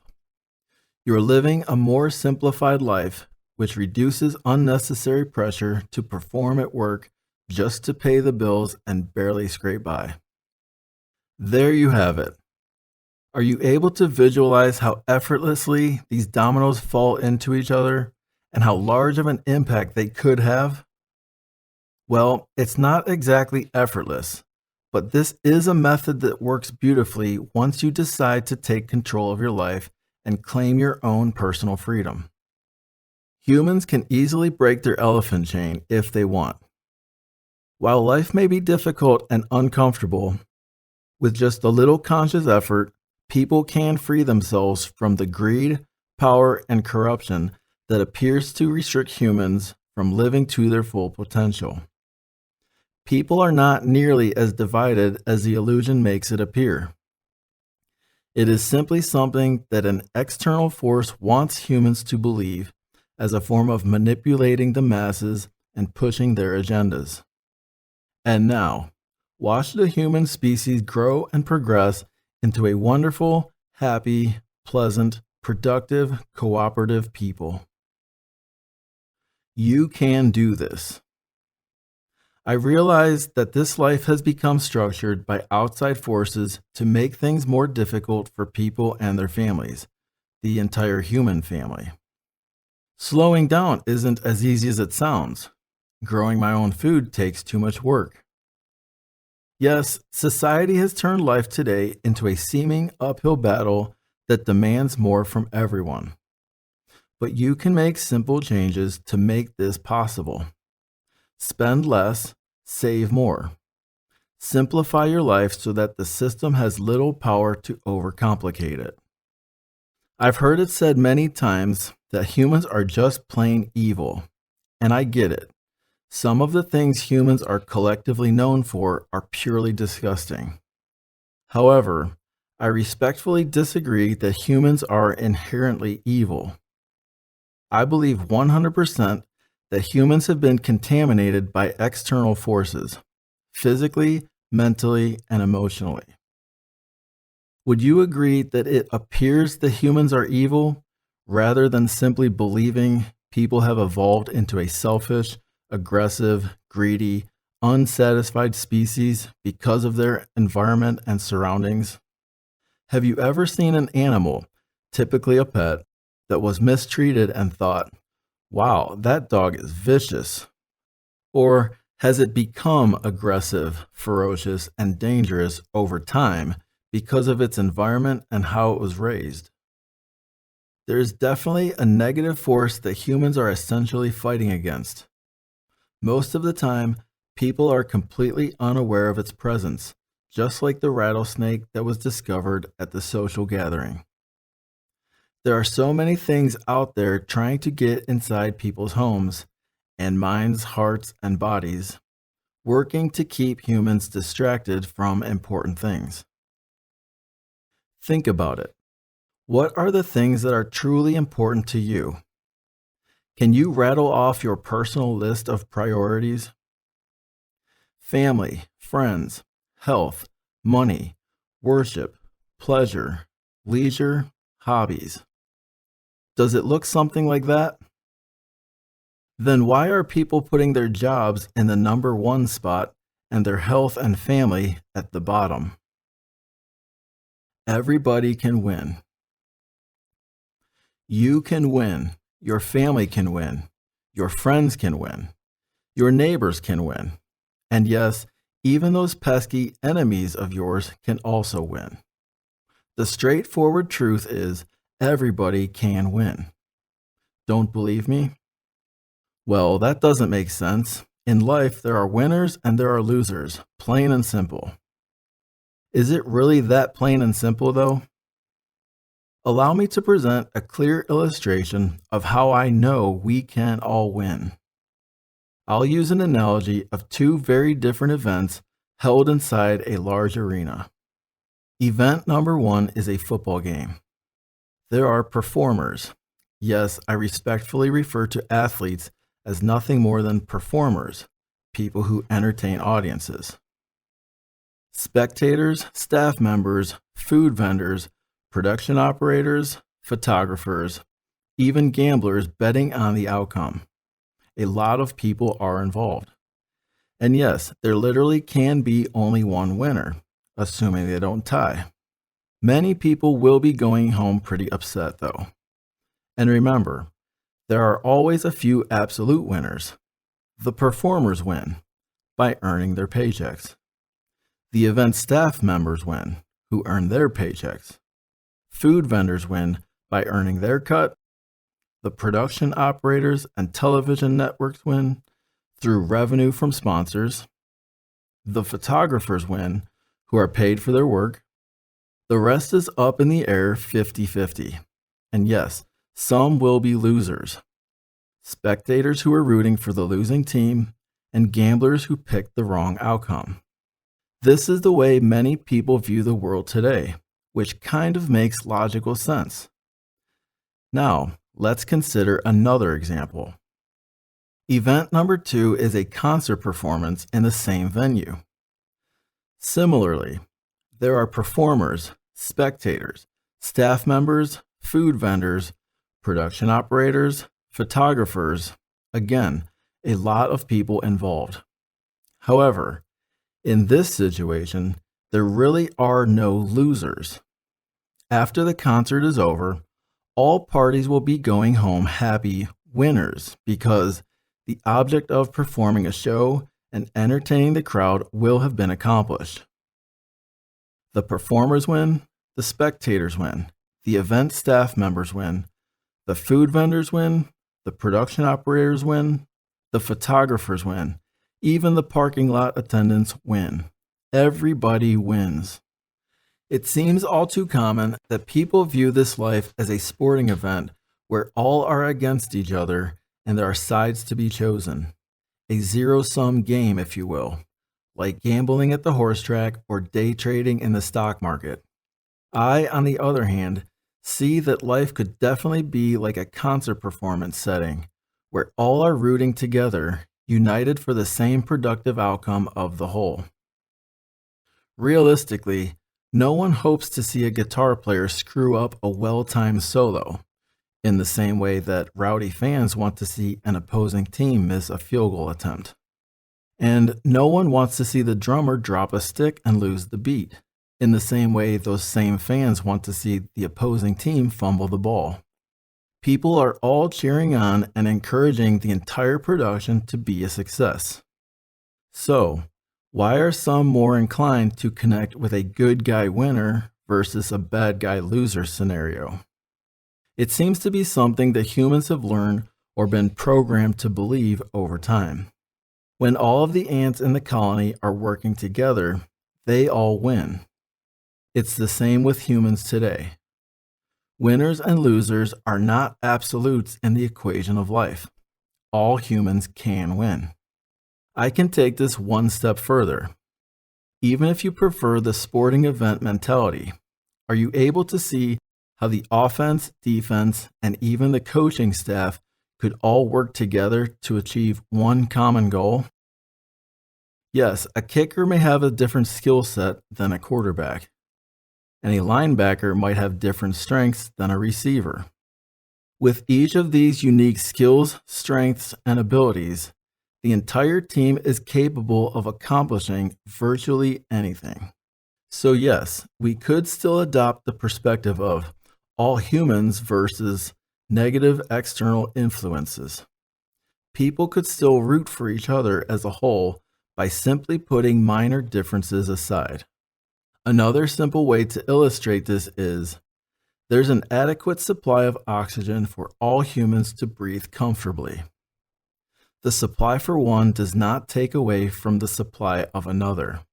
We are in an all-you-can-breathe buffet.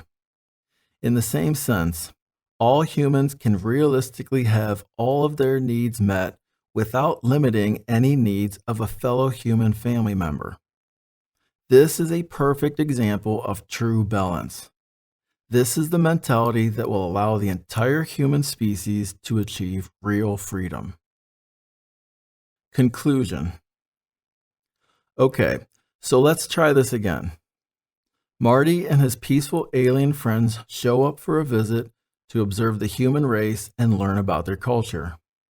Humans are standing by, eager to greet the alien visitors upon their arrival, unlike the initial encounter where they were distracted and barely even acknowledged Marty's presence. The humans begin with a heartfelt, "Greetings, galactic travelers. We humans are proud of ourselves and our culture, and we'd love to share our ways and experiences with you. We are pretty awesome. We believe you are as well. We can't wait to show you how we all operate together and get along as a productive species." We don't rush. We remain calm, content, peaceful, and happy. We don't know everything about our purpose, but we do our best to learn, grow, help each other, and progress toward better things. We eat high-quality food and have cleansed ourselves of all addictive, toxic junk foods. We spend time with one another, and our elderly neighbors are appreciated, respected, cared for, and sought out for their depth of wisdom and experience. Our leaders are trusted, and they all cohesively work together to keep things running smoothly without looking for unfair advantages. We don't all agree on everything, but we do accept each other's uniqueness as it adds to the beauty of the whole.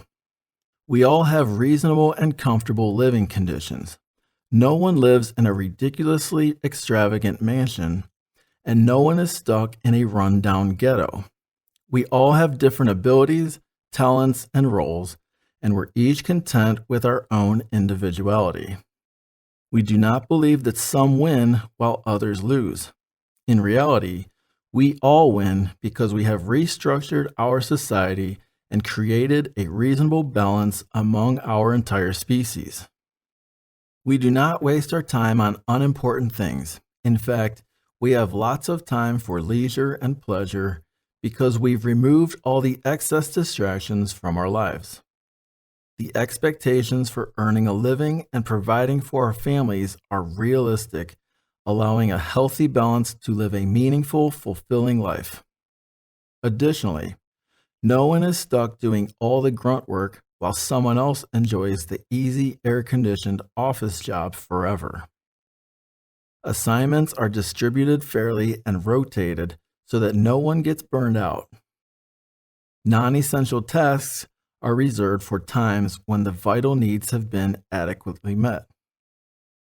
No one works night shift except for a few essential emergency workers, and only for a very limited time, and no one person gets stuck doing it all the time. Our need for armed security is almost non-existent because no one is lacking the things they truly want or need. Everyone learns at their own pace, and we educate in a more practical, less structured environment where real-world skills are taught, like budgeting, investing, farming, and building. We enjoy competitive athletic events and view them as nothing more than pure entertainment. We do not struggle with addictions anymore because we don't have excessive distractions that foster unhealthy coping techniques. We do not have veterans to care for anymore because we don't fight in wars anymore. We humans all see ourselves as a whole, family, partners, teammates, colleagues, on the same team working for a common purpose of being safe, healthy, well-nourished, and happy. We hope you enjoy your stay and that you decide to come back for another visit really soon. Feel free to stay for a while. Welcome to Earth. Appendix. Obsolete Museum. Rather than deleting the unpleasant parts of our history, we preserve them as valuable artifacts that we can learn from. In fact, please allow us to take you for a tour of our Ancient History Museum, where we have many relics that are now obsolete.